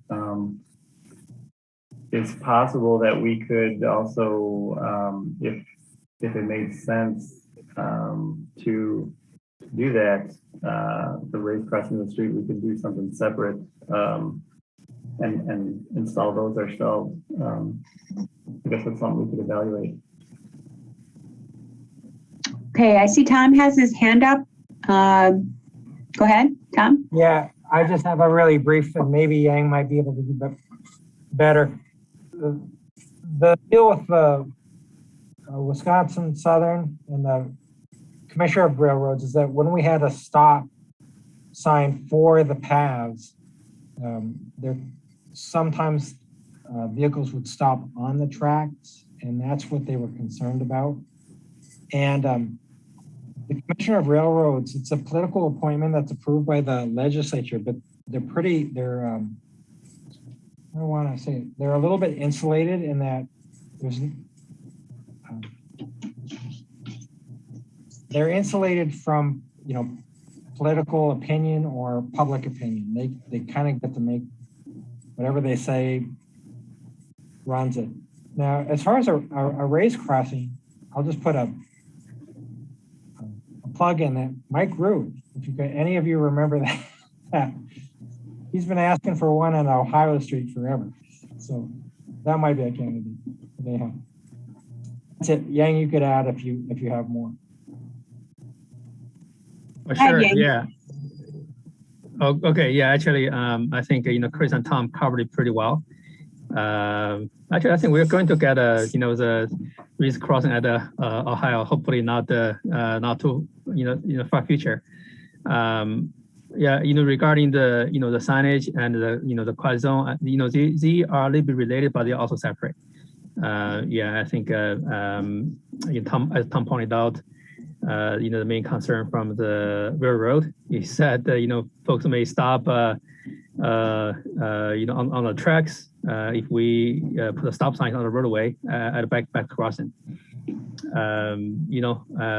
We don't really agree to a lot of that, but it's it's really hard to work with them to let them to agree to the previous setup that we had on the path.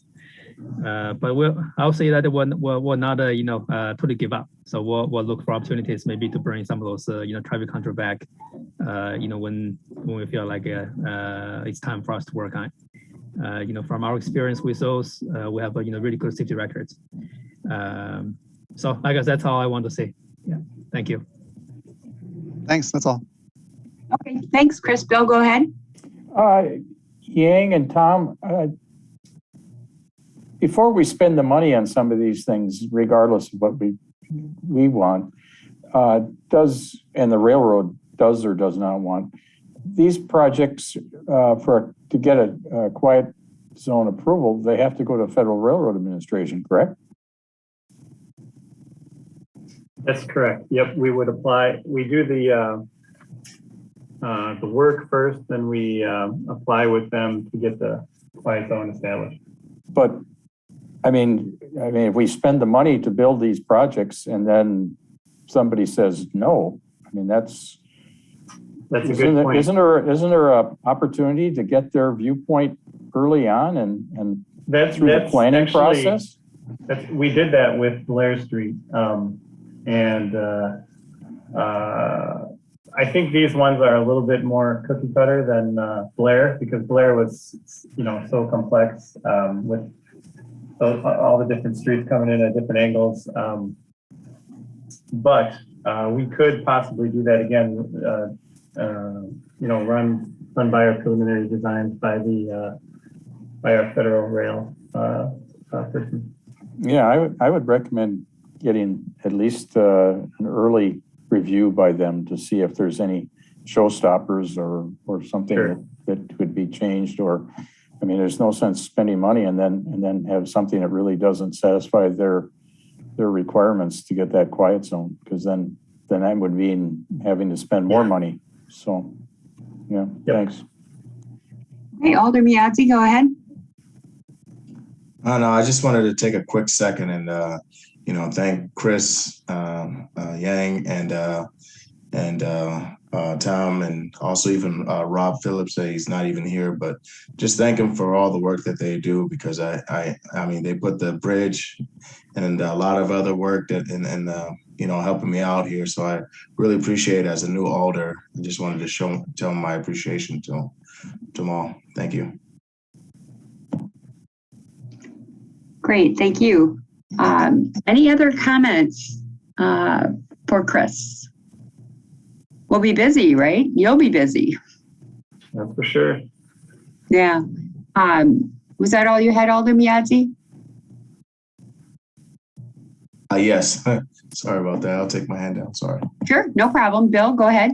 I guess a question to Chris, as far as some of the projects or some of those types, like resurfacing, I'll ask that. When do the neighborhood meetings, do they start fairly soon, or where do they come into the picture? Yeah, so they'll probably be similar time to when we come to the TC. And, we've got these kind of sprinkled out from bids from, as early as this fall, all the way through about, I'd say, May. And so they kind of track, a few projects early, a few projects in December, a few projects in, January. But typically the TC and the public information meeting would be usually a few weeks to a month before we go for our approval at the Board of Public Works.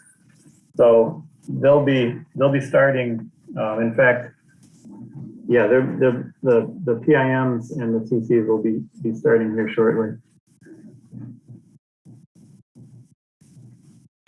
I guess as a follow-up, is there any understanding that there is quite a range of time for your staff to put the projects together? Do you kind of have a list that you send to the alders, as far as so the alders know when they could expect these PIMs to occur, whether it's by month or quarter or somehow? That's a good question. We do have a kind of a tentative list. It's a little fluid, but Christy in our office just kind of laid it out, the bidding and the board and council scheduled for the approvals. So each engineer kind of then works backwards and makes sure they get the TC and the PIM scheduled to meet those schedules. But that is a list that we have and could share. It's a little fluid because schedules for 25 different projects, they can be tweaked a little bit, obviously. Yeah, I guess it would be interesting to see and I know it would have to be updated or changed as developments occur from both staffing and other things that you find as the projects start to get engineered, to find out that something's going to take more time to solve or whatever. But I think it would be interesting, or I wouldn't say interesting. It would be worthwhile to see at least a tentative of what your schedule is as far as when you're going to start having the meetings and so forth. Thanks. Alder Foster, go ahead. Thank you, and my apologies, I didn't catch the whole discussion here. I was calling from Board of Public Works, but just wanted to chime in on the project in District 15, the Davies Dempsey Maher. I'm assuming that INF means like an informational presentation. Just wanted to, I guess from my perspective, I would appreciate TC planning on taking a vote on geometry for that project. There is just a lot of pretty substantial changes, I think, that are probably going to happen, and there'll be a lot of different opinions on it. So just I guess wanted to ask for TC to expect to weigh in kind of formally on the geometry for that project. And the other thing I wanted to mention, I think it sounded like there is tabletopping being planned potentially for like Ohio and or Jackson. Yeah. So awesome. And I don't know if you're going to plan on bringing that at all or just kind of going forward with it, but it might be a nice one for TC to be able to take a look at. I don't know if you're going to plan on doing like bump outs with that as well, et cetera, but just because it's a real primary bike corridor, it might be a helpful one to at least bring here. You've got the designs ready. Thank you. Chris, your thoughts? Yeah, the initial proposal was, we would kind of stick with the program for the Reconstruct Streets that we did last year. Similar widths and whatnot, and sidewalk on both sides, and just add the two raised crossings. But if you guys want me to bring it, I can. Well, with regard to Davies, Dempsey, and Maher, that's scheduled to come here, right? Sorry, yes. I skipped right to the speed humps. For Davies, Dempsey, Maher, I think, we could switch that to geometry approval. That would be fine. Okay, with regard to the other, I'd be interested in other folks' thoughts on that. Denise, you're next. Go ahead. So this taps into Bill's question about the public information and input meetings. With a lot of these, I always think about the folks in the neighborhood, and sometimes my concern has been that the public information meeting is so close to the start of or seemingly close to the start of the project that there's not a big window for input. So just checking in, Chris, to have a better understanding of that window and really what kind of level of influence the neighborhoods have, so that there really is good public engagement and that we're encouraging that and utilizing it. So if you could speak to that a little bit about that window, that would be really helpful for me to understand. Sure. So let's say a project is, I guess, going to start in April. Let me just pull up a sample schedule here.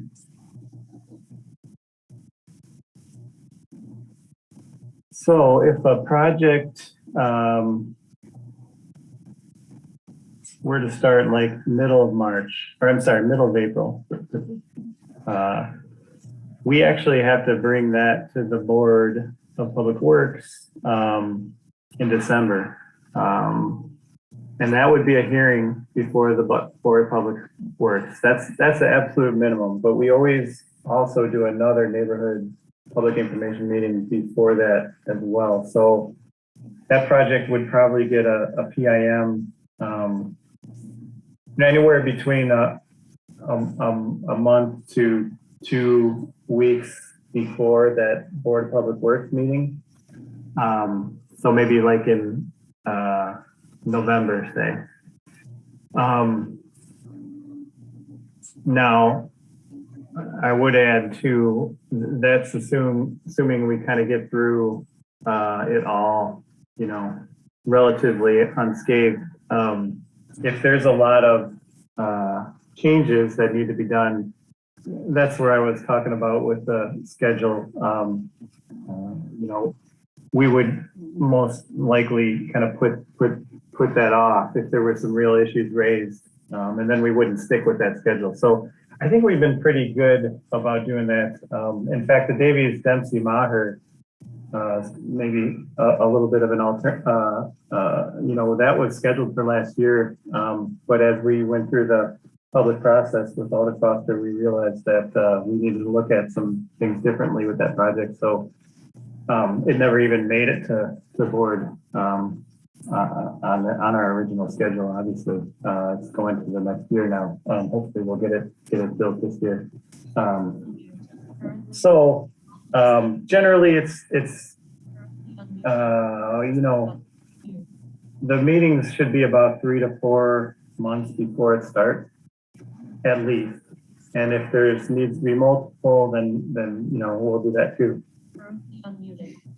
Great, thank you. So then my follow-up question, you know, some of us have the privilege to be watching for the cards to come, or, you know, the emails, and, you know, and so we're on it and thinking about where some of these projects are. Like, I'm looking at the Cedar Street one and thinking about, you know, folks that might be living in that neighborhood that are more disenfranchised. Are there extra outreach efforts put into some neighborhoods where, you know, it might be harder to reach, so that folks feel like they have the possibility of input?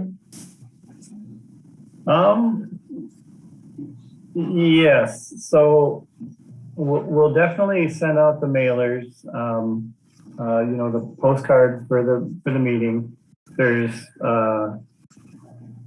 when the project has any kind of assessments or anything, there's a legal mailing at least 10 days before the board hearing. We also have a website for every project, and we do a lot of postings to social media to try to get people from different audiences. Oftentimes the alders help us out and kind of use their email lists, or you know, their neighborhood associations, that kind of thing.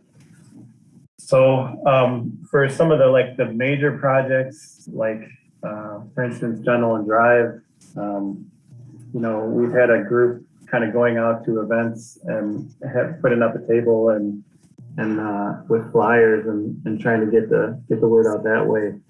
So we don't have a lot of, you know, those are more of the big budget projects that would do something like that. But those are the kind of things we've been doing, and I'm sure there's more we can do.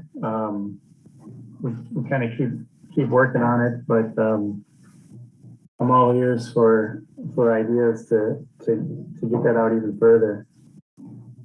That's awesome. Thank you. Yeah, if I have other ideas too, I'll be always sure to pitch them, but I really appreciate those responses. Thank you. Okay, other comments on this topic? Well, thanks, Chris. We appreciate the preview of all of the things that we'll be taking a look at going forward. And I know that if you run across situations where there are a lot of issues, that sometimes you may decide to bring something to TC that you hadn't thought to bring to TC in the past. So we'll certainly look forward to that as well. Okay, item number 11 is related to item number 10 because as we talked about a lot of the time that we've spent looking at these projects, we were exploring the possibility of a staff-led technical advisory or briefing style meeting. Had a meeting that was scheduled with staff, and we included Steve Briss from the city attorney's office and the managers. Ken was invited, I was invited. We just wanted to talk through some of the pros and cons and how it might work, with the goal to create more efficient transportation commission meetings. You know, there were some other suggestions that, you know, staff suggested having standard practice to provide TC members with written summaries of topics under discussion, including what's requested of TC and what staff recommends. So that's something that we're talking about doing, sort of unrelated to this, but should help with the efficiency. And of course, TC members are great at reviewing materials ahead of time, and that helps with efficiency as well. So looking at these technical advisory committees, we talked about the development assistant team meetings, and after more research, it appears that this is not exactly the same type of meeting, because those DAT meetings or DAT meetings are attended by city staff and members of the development team, and rarely, if ever, attended by members of city boards, committees, and commissions, per my understanding, in terms of what people let me know. And Steve suggested that the other comparison in some earlier meetings that we had where we were discussing this relative to merging any potential discussions with regard to merging TC and TPPB was the other comparison was to briefing style meetings. And I think that's more similar to what we'd be talking about here. Voluntary informational meetings. So no motions, no formal committee process, but an opportunity for the TC to hear about something and ask questions and have a discussion, but no opportunity for public comment at these meetings, no quorum requirements, no motions, those types of things. Steve, did I describe that adequately in terms of a briefing style meeting?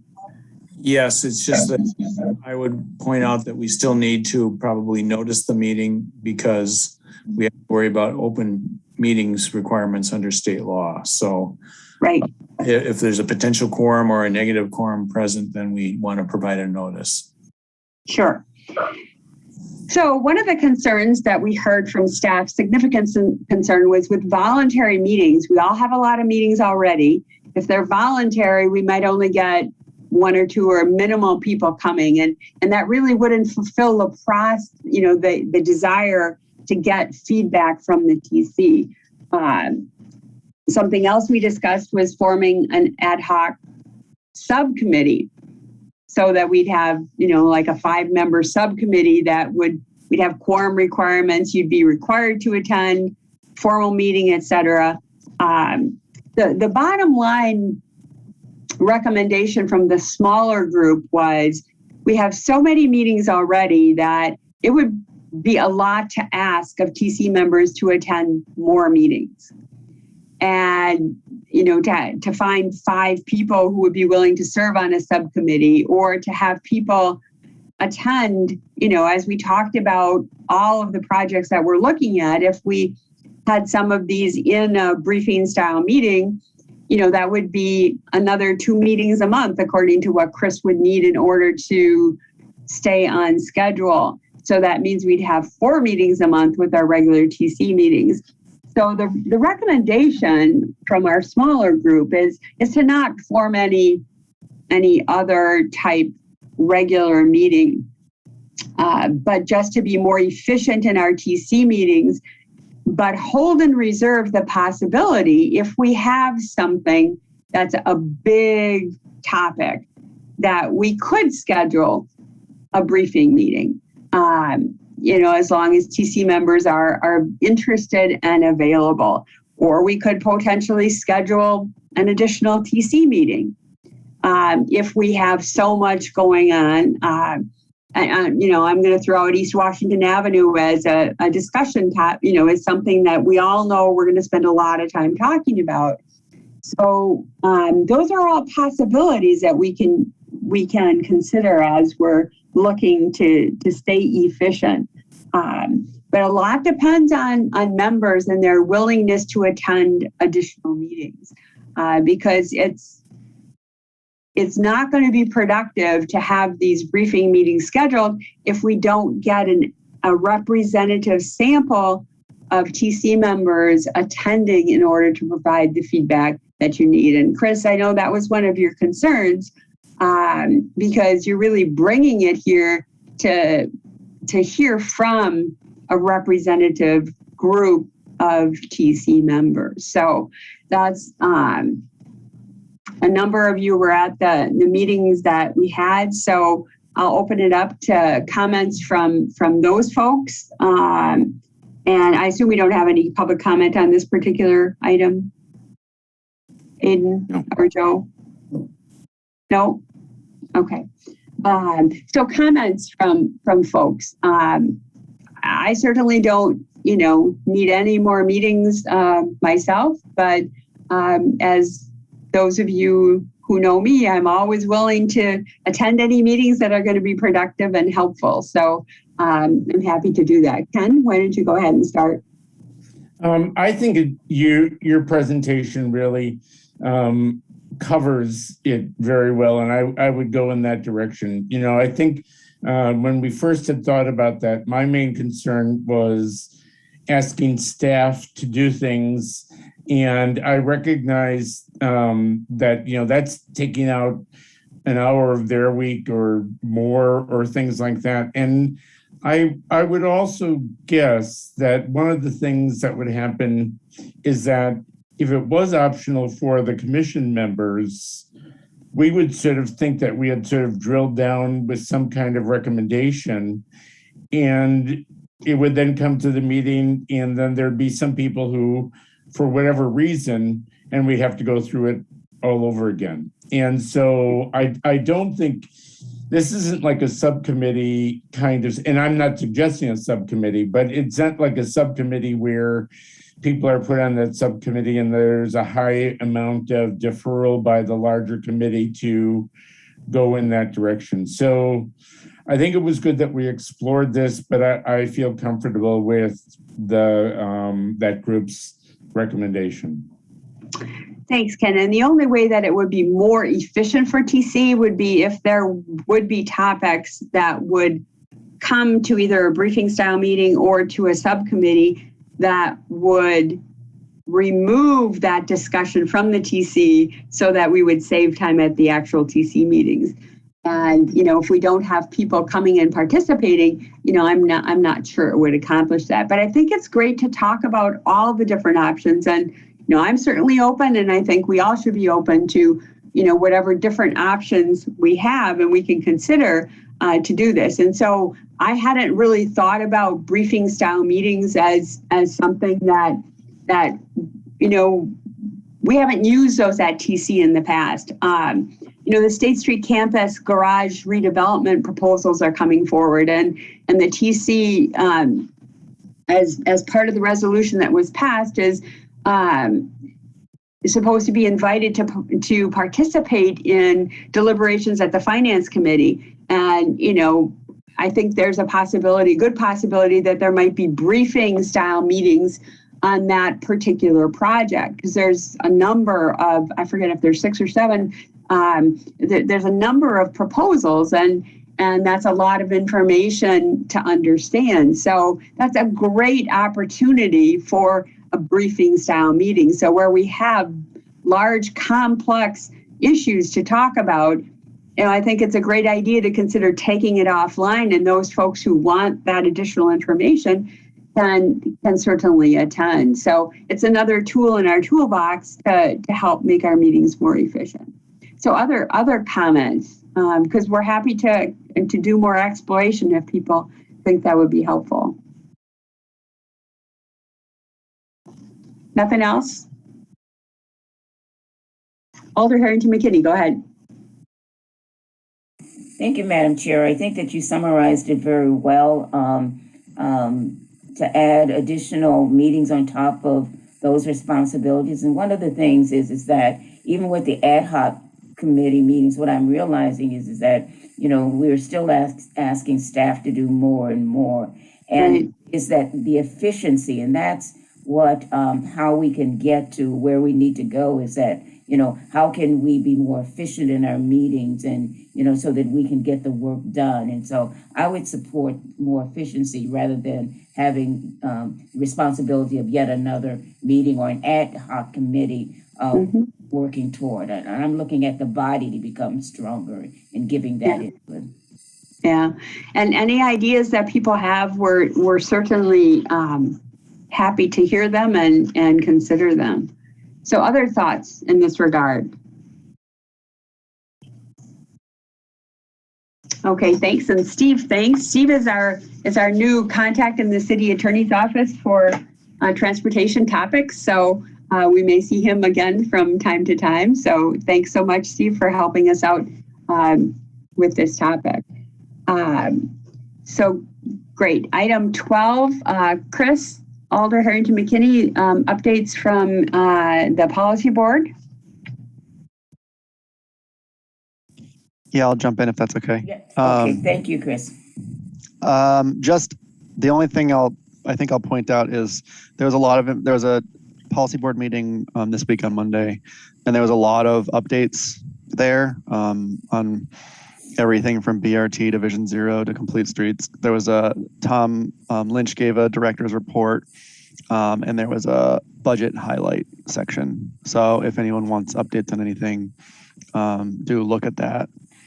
The only other things that were there really were an informational sheet on the economic impacts of BRT that the city put together, and a initial draft of an area plan for Easttown Mall, which would have a bunch of infill transit-oriented development. Okay, we're trying to share agendas, TC and TPPB, so everybody can stay on top of those topics. I try and sit in on the policy board meetings myself or watch the meeting after the fact if I don't have that opportunity and take a look at those. And the director reports that Tom is sharing with the policy board are very interesting, and I would encourage everybody to take a look at those as well. Alder Harrington McKinney, did you have anything else to add? No, I just wanted to add today, I don't see Alder Foster. There was an equity analysis meeting. He's there. Oh, is he there? Yes. Would you turn on your camera? He just turned it on. Oh, okay. So I'm going to let him, because I think it's important for him to share that meeting, because coming before us in terms of a discussion is that whether we'll be moving to having one transportation board or commission rather than having two. And there were some healthy discussions that came up, and I would like for him to take a moment to share that if the body would permit. Yeah, I was unable to attend that meeting because I had to be out of town. So I would be helpful to hear where we're at with that. Yeah, absolutely. And thank you, Alder Harrington McKinney, for bringing that up. Yeah, so we met today. Denise was also there, present from TC, and we met with a number of city staff to essentially. I'm sorry. There was a meeting today. Yes, we did the ResJ analysis today. Oh, I didn't hear about that meeting, Alder Foster. So. Oh, I'm sorry. Yeah, I did not. Denise was there, and she brought excellent points as well. And so I know the body would want to hear that summary. Yeah, well, I really appreciate it. I had not heard about that meeting. Otherwise, I would have tried to be there for sure. So the first one I was out of town for, but I was not aware there was a second one. So I'm sorry. Yeah, so I mean, city staff was kind of coordinating it, so maybe because you missed the first one, they didn't send the notice for this last one, so I apologize for that. But so we basically, staff helped walk us through a racial equity and social justice analysis of the ordinance draft that would move to one transportation body to understand what the impact, particularly around racial equity, but also really more broadly than that, just for kind of representation engagement, especially for more marginalized folks and underrepresented folks. And so we walked through that. We actually had two really good kind of foundational documents to help us. So there was a ResJ analysis performed back when the TORC did 4 or 5 years ago, went from the 5 bodies down to the 2. So a lot of the same considerations are really present for this proposal. And then also the analysis by the TFOG's Task Force on Government Structure report that really focused around structure of board, committee, commissions, et cetera. So we kind of went through those, talked through the proposal, I think had some really good discussions. And we'll be working on, or staff will be working on putting together kind of a summary of that discussion and recommendations. But I think the kind of the high level takeaway by the end of it was that moving from 2 to 1 is sort of consistent with the recommendations from TFOGs, also consistent with the ResJ analysis that was done previously in the TORC in terms of moving to fewer bodies generally, kind of better for public engagement, less to keep track of, but with some caveats of it really, the devil's in the details, and how it's implemented can really make it or break it. So that's sort of my summary of what I heard. I don't know if Denise or Alder Harrington McKinney, if you wanted to add anything. Denise or Alder Harrington McKinney, did you have anything to add? Yeah, I would really emphasize Grant's last piece, that the devil was in the details. The what is a piece of it, but really the how, so that there were things that hadn't been solved with going from 5 to 2, like clarity of who owns what, and being a big part of it, and then also looking at membership and making sure that membership is representative, so that no matter what happens, that the how, particularly on those 2 issues, really needs to be vetted out, so that we don't make a structural change, but haven't really fixed the root of the concerns. Alder Harrington McKinney, did you have anything else to add? No, great summary of the impact, and really start looking at the devil in the details, exactly what was expressed from both of the commissioners. So I have nothing to add.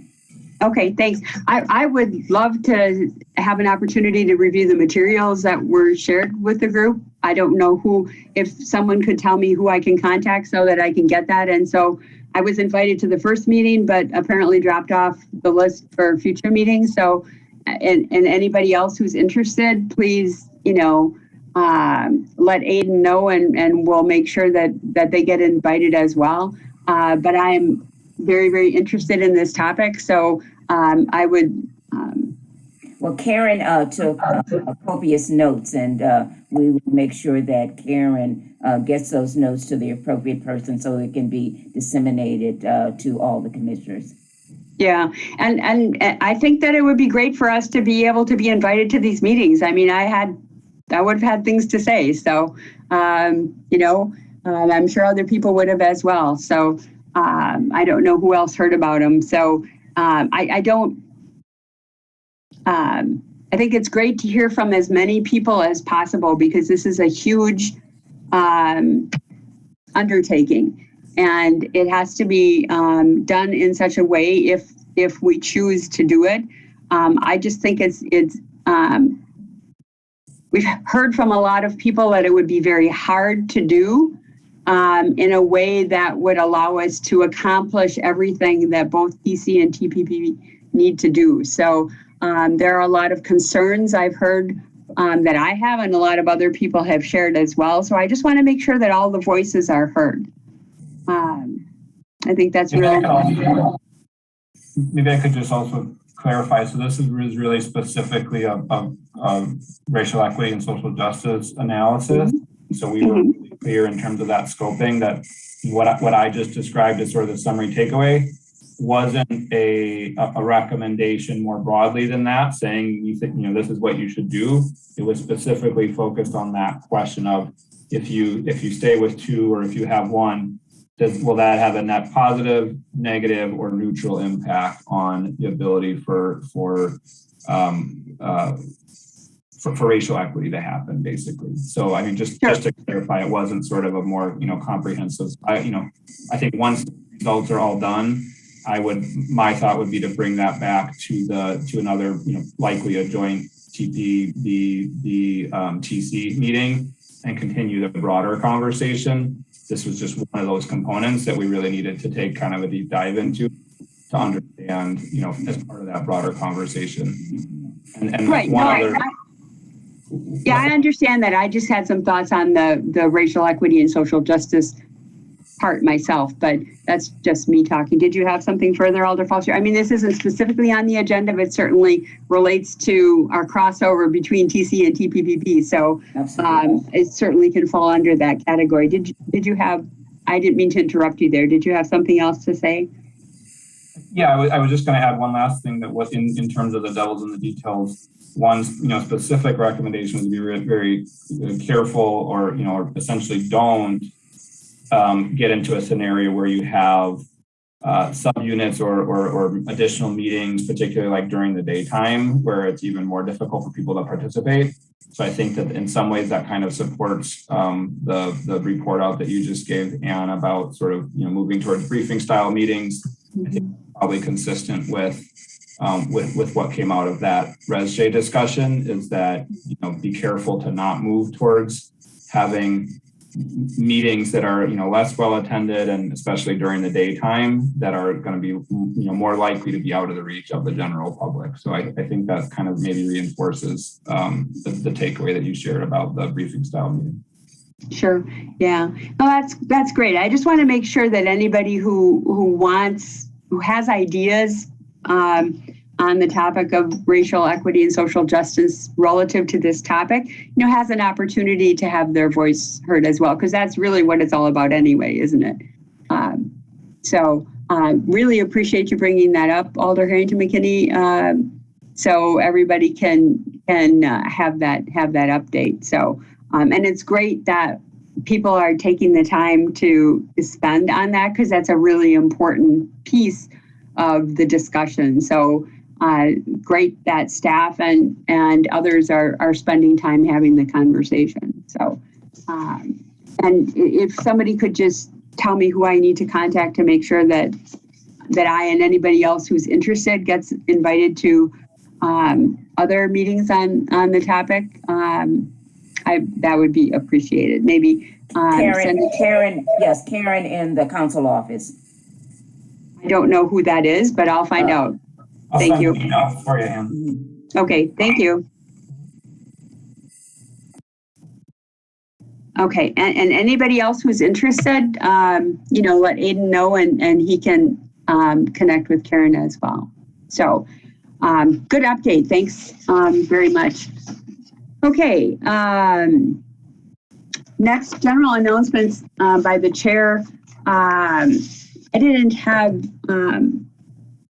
anything other than we still have 2 vacancies on the TC, and I continue to work with the mayor's office. I'm really actually personally thinking that it'd be helpful to add some folks who regularly ride Metro Transit, as it would be really helpful to have that as a thought process relative to new members. And Yang also has an announcement this evening with regard to traffic safety on East Washington Avenue. So Yang, go ahead.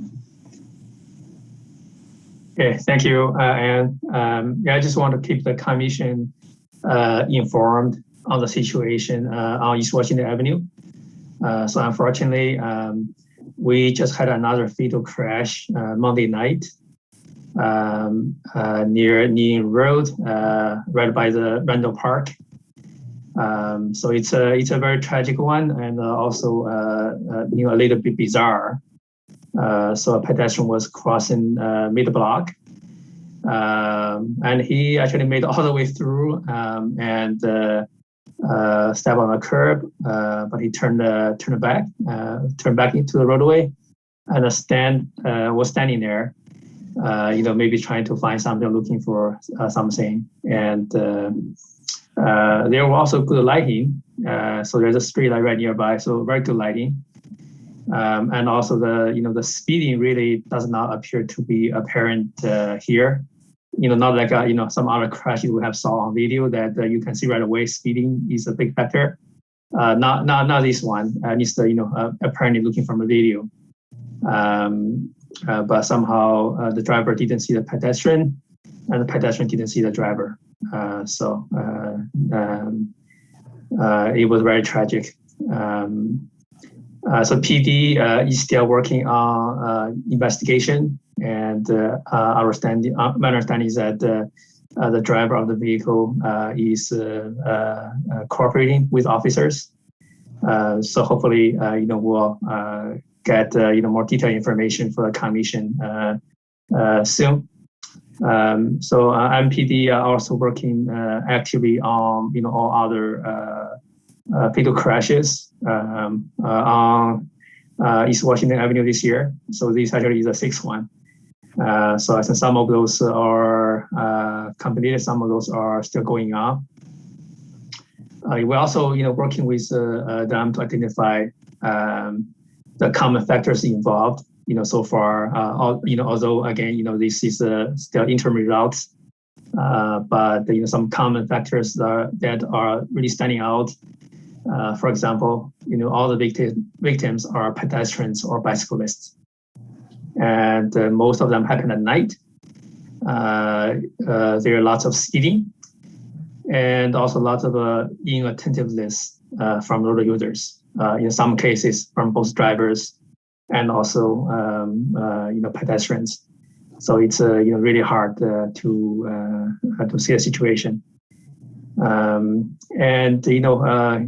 for me, it appears that it also be other potential bigger issues such as mental health issues that was exacerbated by the pandemic, unfortunately.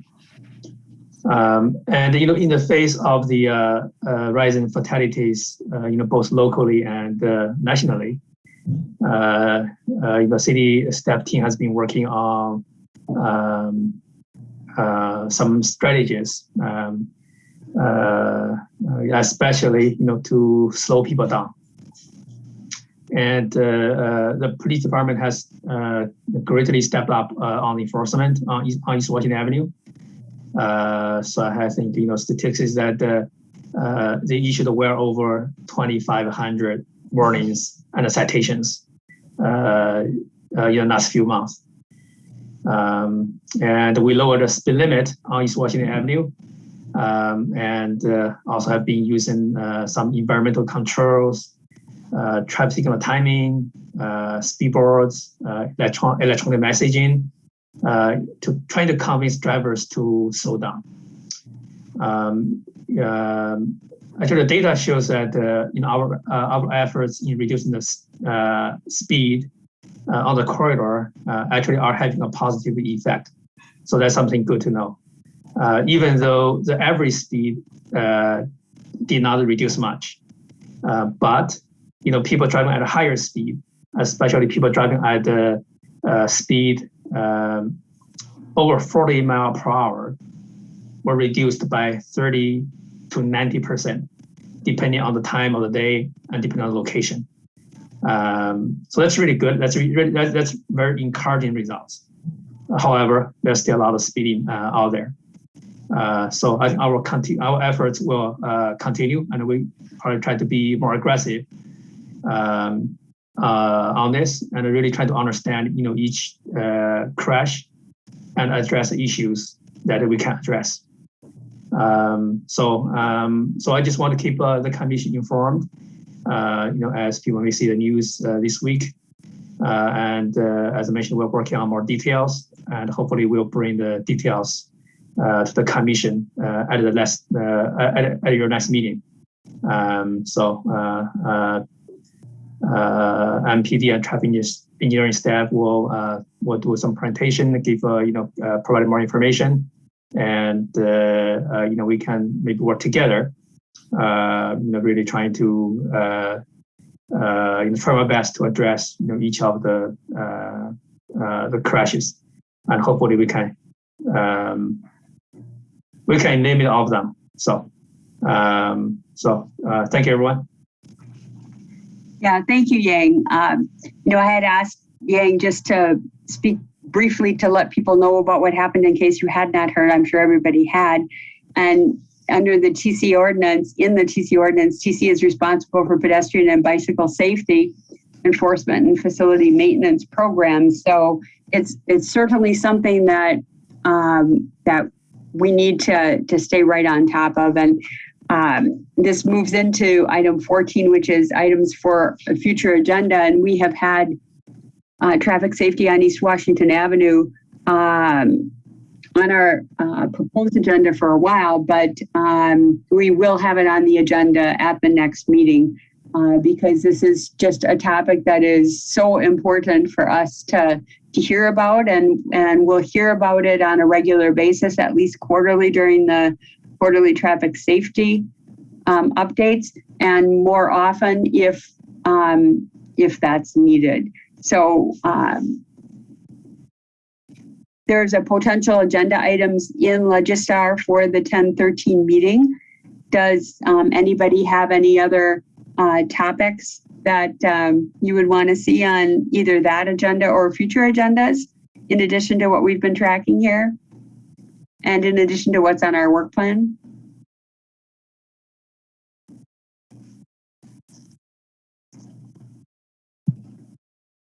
I will be very mindful because with published topic of traffic safety on East Washington Avenue, I'm certain that will likely be a potentially a well-attended discussion and conversation. So we'll be mindful about what else we might schedule along with that. So no other topics at this point. You're always happy to email Aiden or myself, and we'll certainly add them to the list. Okay, if there isn't anything else, we need a motion to adjourn. A lot of good discussion. Ken, that's a motion to adjourn. Is there a second? Bridget? Okay. All right. Well, and Denise too. We have seconds and thirds and fourths and fifths. So thanks, everybody. A lot of great discussion again this evening. Appreciate it. I assume a unanimous consent vote to adjourn. Don't see anybody voting no. You can certainly vote no, and I'm assuming not. So thanks, everybody. Great to see everybody tonight. Take care. Good night, everybody.